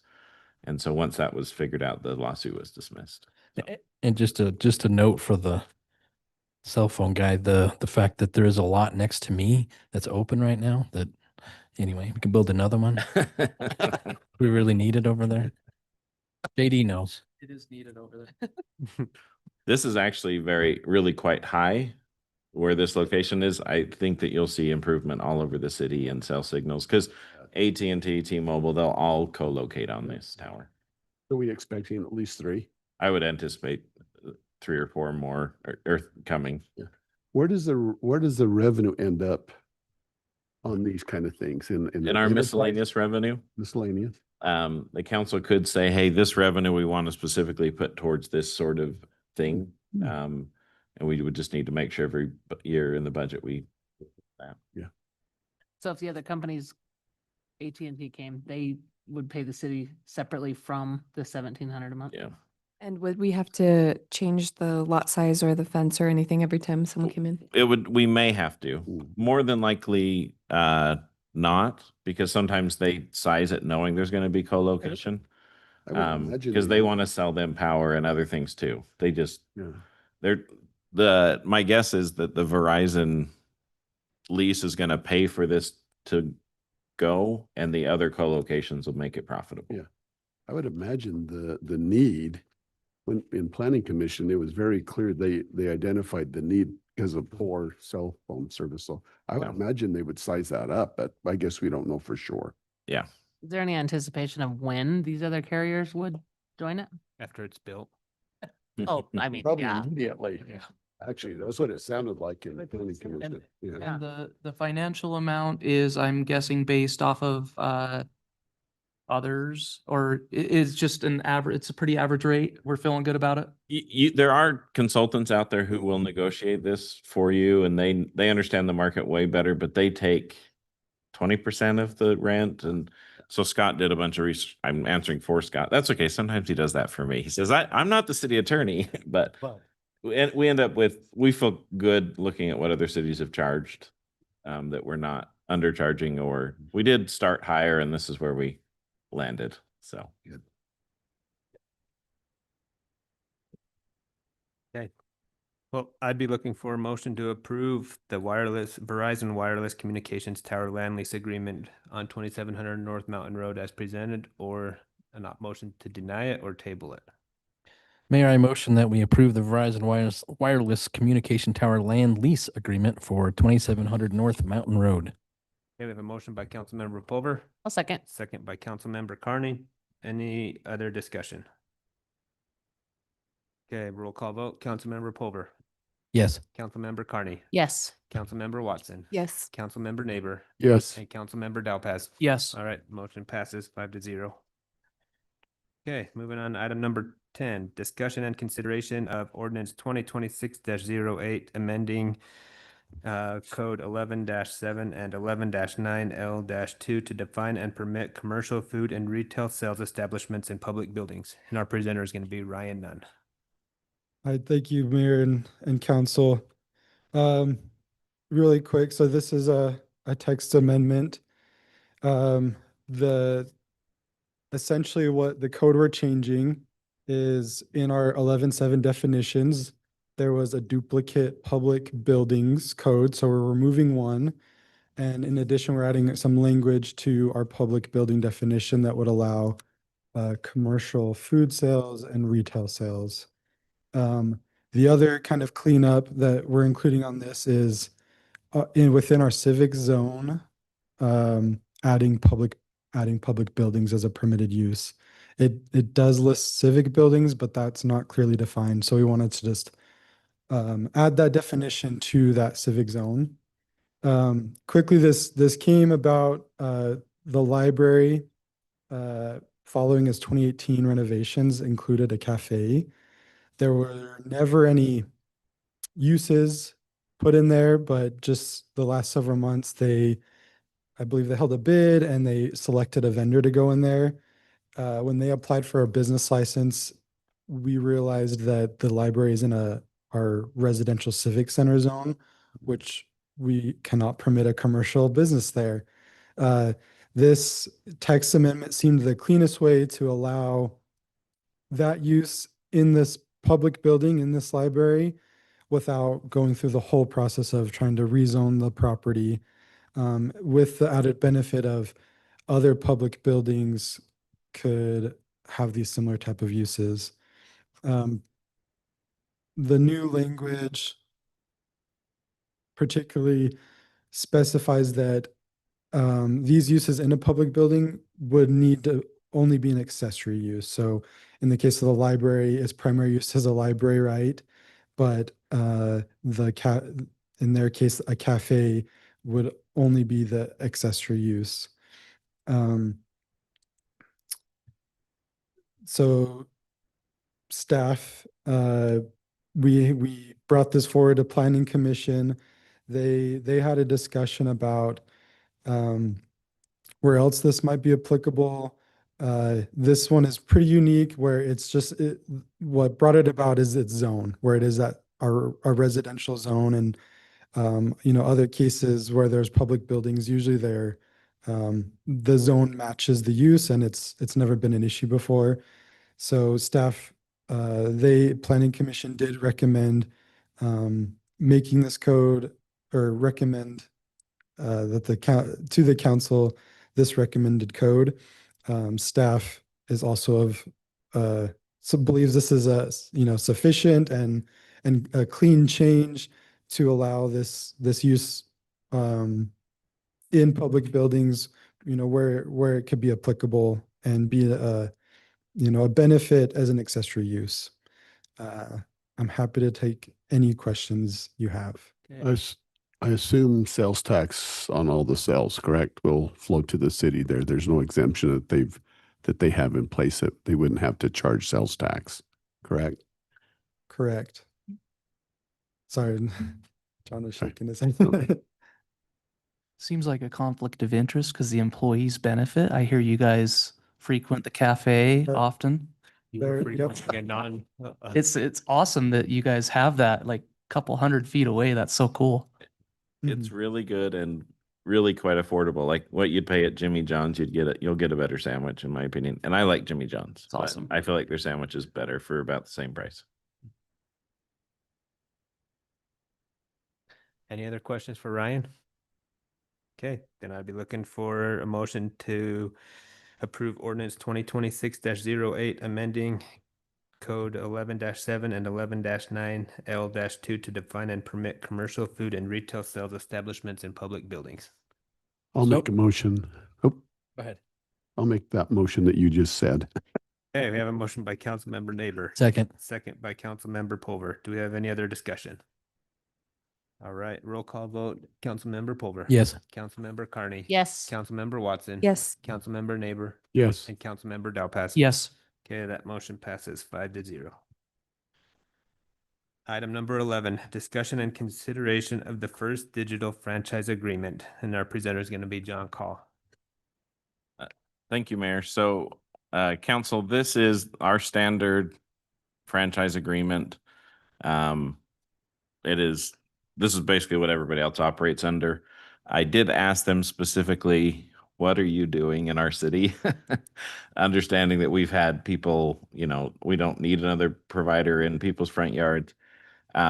He didn't give me a super clear answer, and obviously because they want to keep their options open. But they do have a current permit request to put basically a trunk line on Washington. Bring it in and then hang a left and head out the city. That's the request they have in currently. So it's likely their focus is on commercial providers, but they would, under this agreement, have the ability to provide cable in the whole city if they wanted to. I'm not aware of many cities that have 3 providers that are providing residential, just because usually the 2 are competitive enough that I think Pleasant View got a bid to do it themselves, like to partner. I think it was $18 million. So it's a pretty heavy investment. Our city is larger, more population, more streets. So it's probably $30 million. I think it's unlikely First Digital would go there, but our franchise agreements aren't exclusive to areas. It just says you can use it, provided there's space. And there's some areas where we're running out of space. In fact, Washington is pretty full of cables, and I think anytime someone digs down there, they hit something on Washington, just because there's so many pipes in the ground. So interesting item. Why would the franchise fee go to Utah State Tax Commission? The state is the one who collects the tax, and then they give it to us. Do they take a percentage? Not that I'm aware of. We are limited to 3.5% by the state, and we just charge the max. And then they just remit it to us. It brings in over $1 million a year to the city from all the franchise fees that are paid by gas, all the providers, electrical, basically it's a tax the residents pay, and then it generates additional money for the city. Okay, any questions for Councilmember Pulver? I want to put something in here that says if they decide to do residents, that they come back. I don't know if that's something that we can do, but I'm done with anymore. I don't know. I think everybody else is too. Yeah. It's been one of the most stressful things as a Yeah. city council person. It's the most common complaint that we get is that some provider is messing with all their stuff, and it's I'm frustrated with it. So can we do that? The attorney answer is it depends. I love it. Anyway. I think Goes it's back to code questions. It depends. this is just my impression. I think that it's hard for the city to give exclusive rights, and where we've got 2 providers, it's hard to tell a third one they can't if they wanted to. No, I don't say can't. I just say, I would say come back. If their current plan is to do commercial, so be it. you know, and if they decide to do residential, I think that would be, you could add a little code thing in there and say, you know, currently the guess is that you're doing commercial, and if you decide to do residential, return to council for approval. But I we don't do know. have residential on Washington as well. That's fine. But if their goal is commercial, then And there is a chance that they have a representative online. So if they're on here and want to answer this for some clarity for the council, they could raise their hand on Zoom. But I don't see the name of the individual I've been talking to. So I don't know if any of these others are associated. Is there a way that we can say that each property is only permitted to have two options kind of thing? And so that, I know I have a neighbor who didn't, who lives in North Ogden, who didn't get the Comcast when they came around and was begging Connects to come to their street because they wanted at least one provider. But yeah, I just had my yard dug up today, actually. So two's enough for me. Two's enough. well, and then you have Pineview digging up your yard. So anyway, You know, council, what I could do is, what we could do is we could include the request, hey, you know, and you can give the mayor and I the ability to approve the language that says, hey, this would be the restriction. If you want to go into the residential neighborhoods, then you know, we need to amend the agreement, and give them the option. But it would be nice, I know their current project is being held up by this, to at least give them the ability to run this line that they're doing. And if it was limited to that, then at least they get that taken care of and we can have a conversation. Cause I mean, I can, I'm good with that. It's the like JD was saying, the shock and awe. That's just enough's enough. And I think that's what everybody's saying. So I'm good with the agreement. I just want to make sure that that's the plan. Because if it isn't, then I'm going to say no. we can communicate that to them. And then, I can tell you just from our evaluation of our smaller streets, those 60-foot wide, we like to have 10 feet between every utility, and the telecommunication utilities are getting stacked a little close. And I don't know that our engineer would necessarily approve much more, because we don't want to be in the same situation Washington is. And UDOT's policy is they basically have to let everybody in. Although on the freeways, they've started installing their own conduit bundles and just renting out the space for people to run it themselves. So. Yeah. In regards to insurance and indemnification, 9.1. So just hearing you say that they're going to hit something, why wouldn't we establish levels of required insurance on that? Instead of just, you know, and I'm not the attorney, but adequate general liability and property damage insurance. Why wouldn't we? So we actually in our code require them to have a $1 million policy and the 2 million aggregate. Oh, okay. And that's for our excavation permits. Okay. So they have to meet that standard Okay. before we'll let them dig. Okay, so that's good then. That's just not in here, but they will clearly understand before they get the license that they have to show proof of insurance. Yeah. Okay. And I'm not aware of a contractor that's hit something that has refused to pay. And honestly, sometimes we're the ones who hit stuff. Sometimes it wasn't marked right, but sometimes it was, and it just underground stuff is hard to find sometimes. You just work it out. I mean, well, we just have an agreement. We just pay it, you know, or we fight it if we think we're in the right. So, okay. And oftentimes the marking companies, their insurance covers the cost if it was mismarked. So, but Dylan's really good. I know he's listening. Dylan's really good at making sure we don't hit stuff.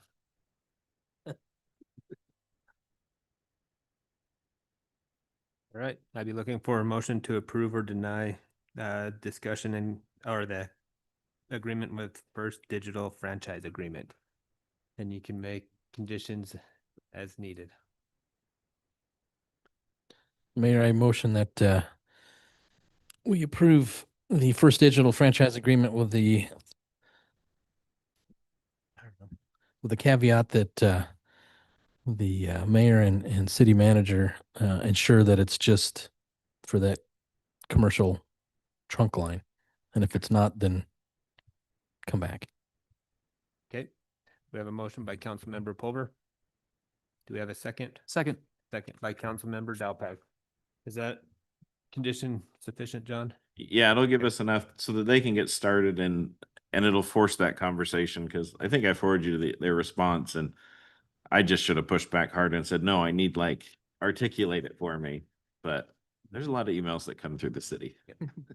You all, I mean, you never get emails. So. All right, any further discussion? Okay, roll call vote. Councilmember Pulver. Yes. Councilmember Carney. Yes. Councilmember Watson. Yes. Councilmember Neighbor. Yes. And Councilmember Dalpass. Yes. All right, motion passes 5-0. Moving on, we got our discussion and updates regarding the community pond project and our presenters, John Call. This is discussion only, so we're not going to vote on this. Council, this is just kind of by way of information. The pond moving project. So this is the detention basin that is west of O'Reilly's, is going to move south a couple hundred yards into this area just north of the Patriot Point Townhomes development. We have gotten our bids back from contractors. Pricing is coming in what we expected and hoped for. We had some high bidders. Yeah, of course. But we do have one that came in under the engineer's estimate. We think they're using some of the fill on a project somewhere else. So they're actually taking our dirt and reselling it, which is perfect because it makes it cheaper for us.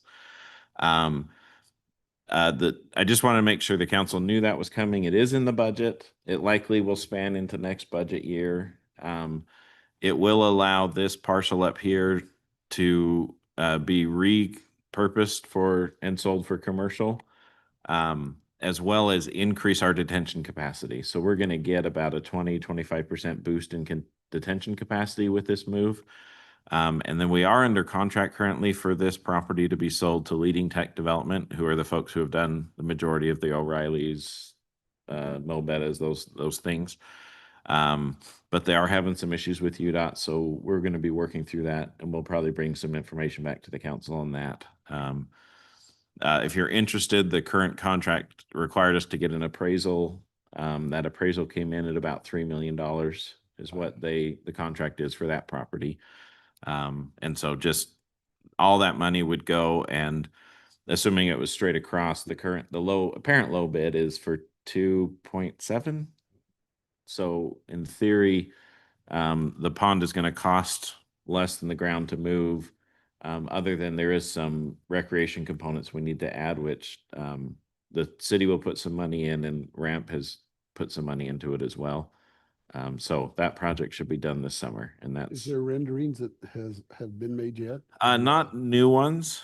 But there are, I'll see if I can find some on the city council, maybe show it to you at the end of the meeting. But it's basically the council decision back in 2019 was for it to be a kayak type park, not swimming. We'll put up signs that require life jackets and things like that. It's secondary water. It's not culinary water, so don't drink the water. But we are excited. This project started in 2014. Wow. And hopefully will be done in 2026. And yeah, we're optimistic. Oh, and we did get an appropriation through Blake Moore's office for $1 million. I haven't seen all the strings tied to it yet, but in theory, that will help cover some of the upgrades and the work that needs to be done here. So we're excited that he was able to help us with that. Who did the work on that, John?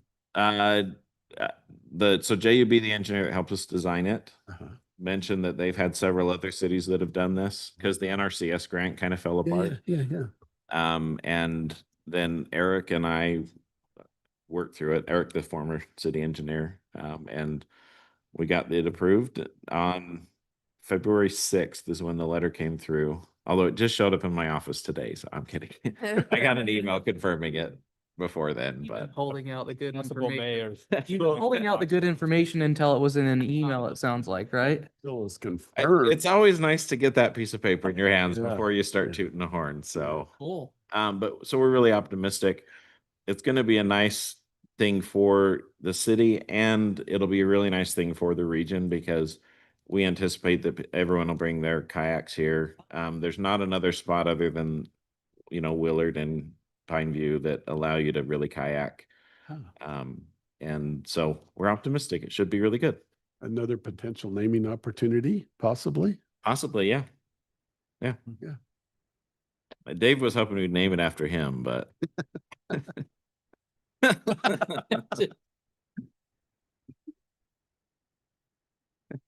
and that's everything I have, Council. And I'll look for rendering if I can find one. All right. Show. Any other questions for John on this project?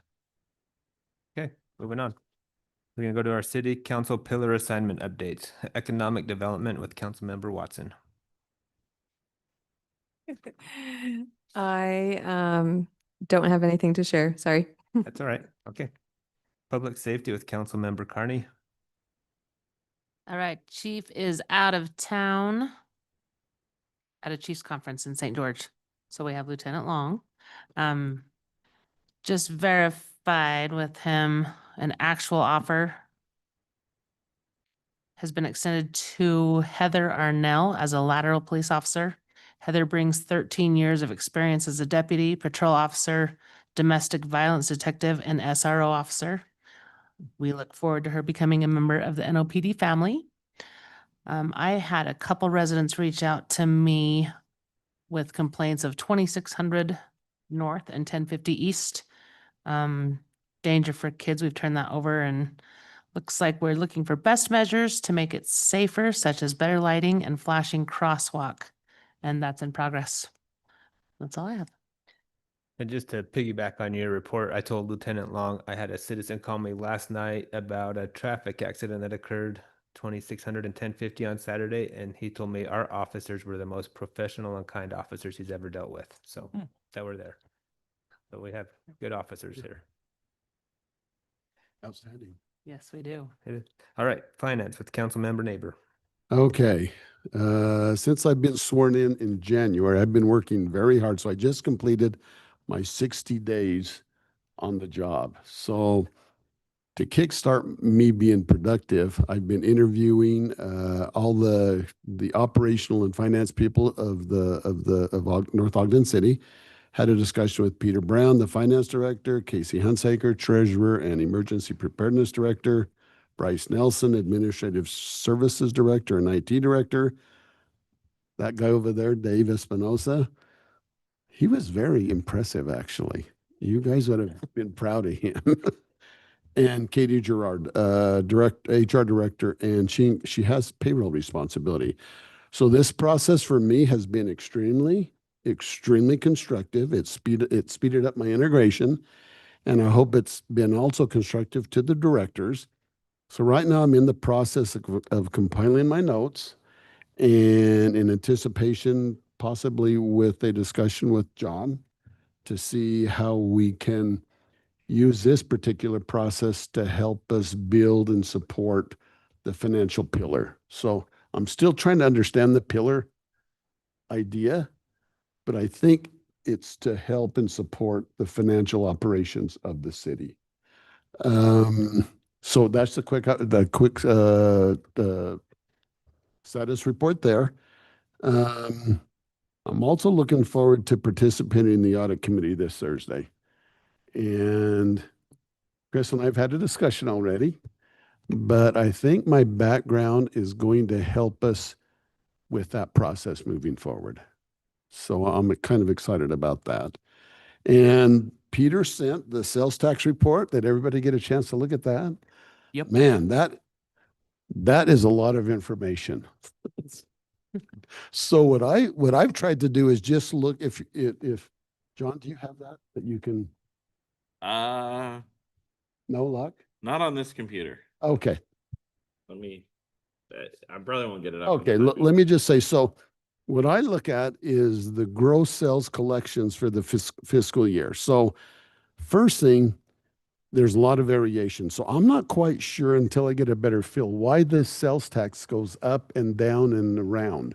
That seems very odd. But as you look at it, you know, we got, we're in this, we're done with the 7th month. We got 5 to go. We're down 1.37%. So I'm not panicking as a council person, because I'm looking at fiscal year 2025, and we actually collected more that's in the budget that year. So we probably were conservative there. The thing that concerns me a little bit, John, is we have January's numbers, but I don't see February. So is that just that late? The state, so as a business owner, you don't turn your money in until 15 days after the end of the month.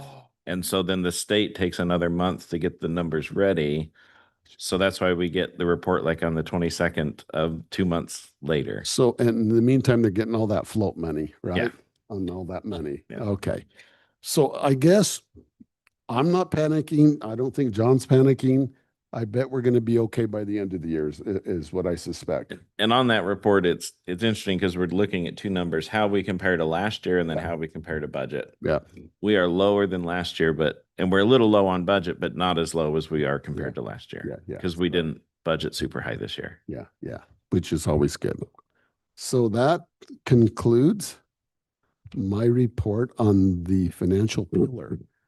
Thank you. Yeah, Councilmember Polk. Just to add to that, I know I keep harping on this, but the city population numbers is coming into play. It looks like, at least on some of the stuff that we're talking about, because we're having a lower percentage when it comes to, because our sales tax that we collect in the city is fine, you know, looking at the numbers, but then it's down compared to the state. And to me, that is the fact that we're not going to know anything until July of whether they fix our problem or not. But yeah, I think the former mayor, I'm going to go bust his chops a little bit and say, why haven't you fixed this, and see what happens. But good luck. I know, but it's one of those things that it's just, it's sticking in my craw. So just know I'm still working on that.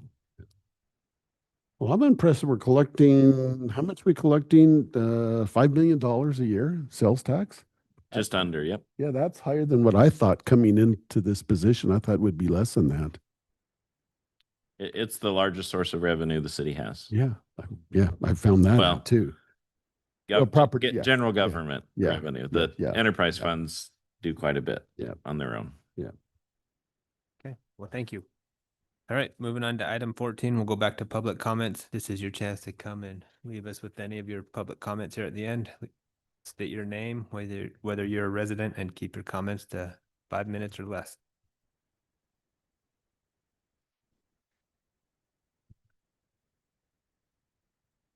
Thank you. It's Kent Williams, resident North Ogden. I just like to clarify a couple things when we were talking about the curb and gutter on 6th East. So the people that were actually commenting they wanted curb and gutter don't live on 6th East. They live on 2100.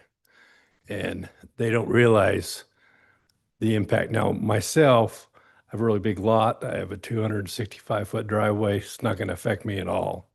But my neighbors to the north, they have about a 4 to 5 foot differential from the street down to where they park. It's a very steep deal. And if they come in and took away 6 to 8 feet of theirs and then had to try to make that transition down, it'd be really pretty detrimental to them. They've got really small driveways and stuff. So no one's really excited about doing that on 6th East. Now, the neighbors around the corner that's had some flood problems, obviously they'd like to see something happen, but the water, even if it was there, where would it go?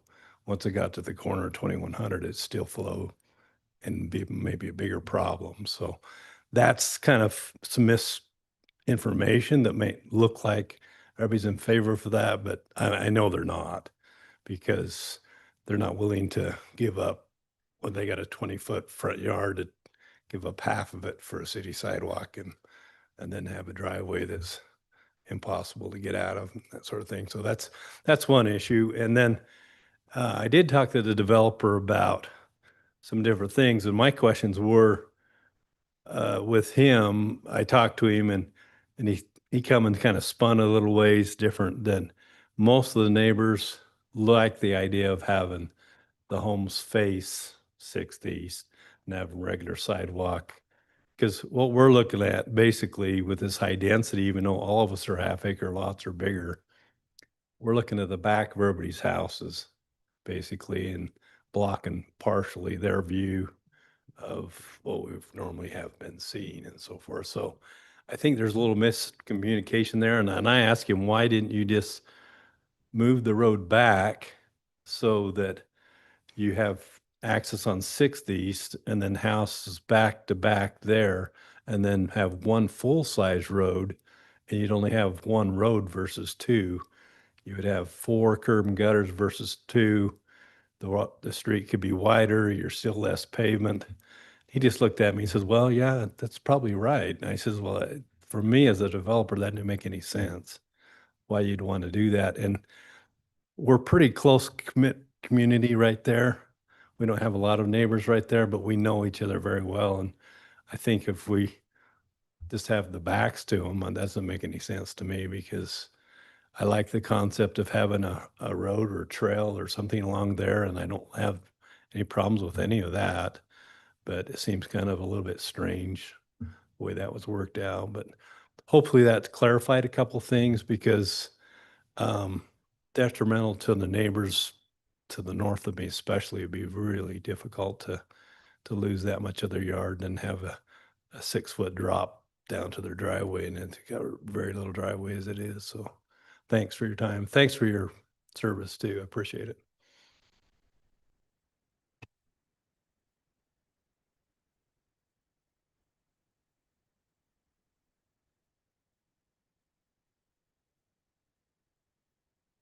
Okay, not seeing anyone online. All right, we'll move on to mayor, council, and staff comments. We'll start with staff. Ryan, do you have anything tonight? Dave? Tim? Scott? Ryan? No, sir. Lieutenant? John? I wish you would have just said Ryan. Next time. Next time, yeah. I had an opportunity to admit That it. was a missed opportunity. So I did find that picture. It is on the city website. I'm just going to post it up, but you can see these are some of the initial renderings. So it's not necessarily something that's the final version. We'll be getting that here in the next little while. But just FYI, on the city webpage under government, there's a city projects tab, which has the community pond, some widening information, Kings Plaza, as well as some history of projects that have been completed. So it's a great spot to go and to recommend that your neighbors go as well. So, yeah. And I don't think I have, Ryan over here is going to send you the city council rules and procedures. It's been quite a while since we've gone through those and talked about them, so we thought it might be good to send them out and have a conversation sometime in the next year or sooner about what are the rules that you would like as a public body that and make sure that if there's things we're not doing that we should be, we correct those, or if there's things that we are doing that we shouldn't. Or anyways, if you need more rules, let's tweak them, fix them. I'm not aware of anything you're not following. Just it makes it sound like there's some secret plan there. There's not. So anyways, that's what I've got for you. All right, thank you. Any council have? Councilmember Pulver. I just had one question. It just hit me when you were talking about the development of the community pond thing. Is that we had some money set aside to help with that area right below Cafe Rio going to 300, and just wondered if are we still doing something with that? I guess that's the question, because I know eventually, like you were saying, they're going to close that off so you can't turn there. So the TRC for that area, that kind of between Cafe Rio and the street and Pizza Hut, those are all happening. That we have 3 potential tenants coming in. I'm not sure they've been made public yet. Have they, Scott? But it will likely be on a planning commission, and it will include the money to make sure there's access from Cafe Rio to 300 East. And the developer is going to have to widen 300 East just a little bit to get a turn pocket. And I believe they also will be required to install the stoplight. So that should help with all those issues. It may also mean that the raised median from 300 East to 400 East is going in at that same time. So, but we've tried to time it with the stoplight so that we can. 6 months, a year, but I would anticipate construction starting in the next 6 months. Okay. It's one property, but there'll be 3 tenants. Yeah. And tenants that you should know and many people will be happy to see, assuming that they stick with it. Auto parts? No. I'm just dentist. Food establishment. Credit union. All right. It's not like a Men's Warehouse or a JG Wentworth office. GG. All right. we're- Anything else? That's the 800, Yeah, that- 800 cash quick now. money right now, yeah. You can all see My the gosh. the song. All right. Sorry, council. Any other? Yeah, Councilmember Dalpas. I was very intrigued about something today that I think we need to all be thinking about. The lease revenue from the tower. It's going to be coming into the city, so we need to identify potentially, is there something specific that we can direct it to? So let's think about that. I don't have any ideas yet, but if it's something worthwhile, such as sidewalks improvements or infrastructure improvements, whatever, Communication device. let's think about that. And then otherwise, I just wanted to thank everyone for their comments tonight. To address Mr. Williams' comment, that well received and understand what you're saying about front facing versus back facing. We got dozens and dozens of emails from people and a lot of public comments. And unfortunately, that's not something that was weighed in on very much. We didn't receive a lot of comments from residents in emails and phone calls about that. So we might have missed the boat a little bit there. But I do just want to let you know that we appreciate you letting us know how you feel about that.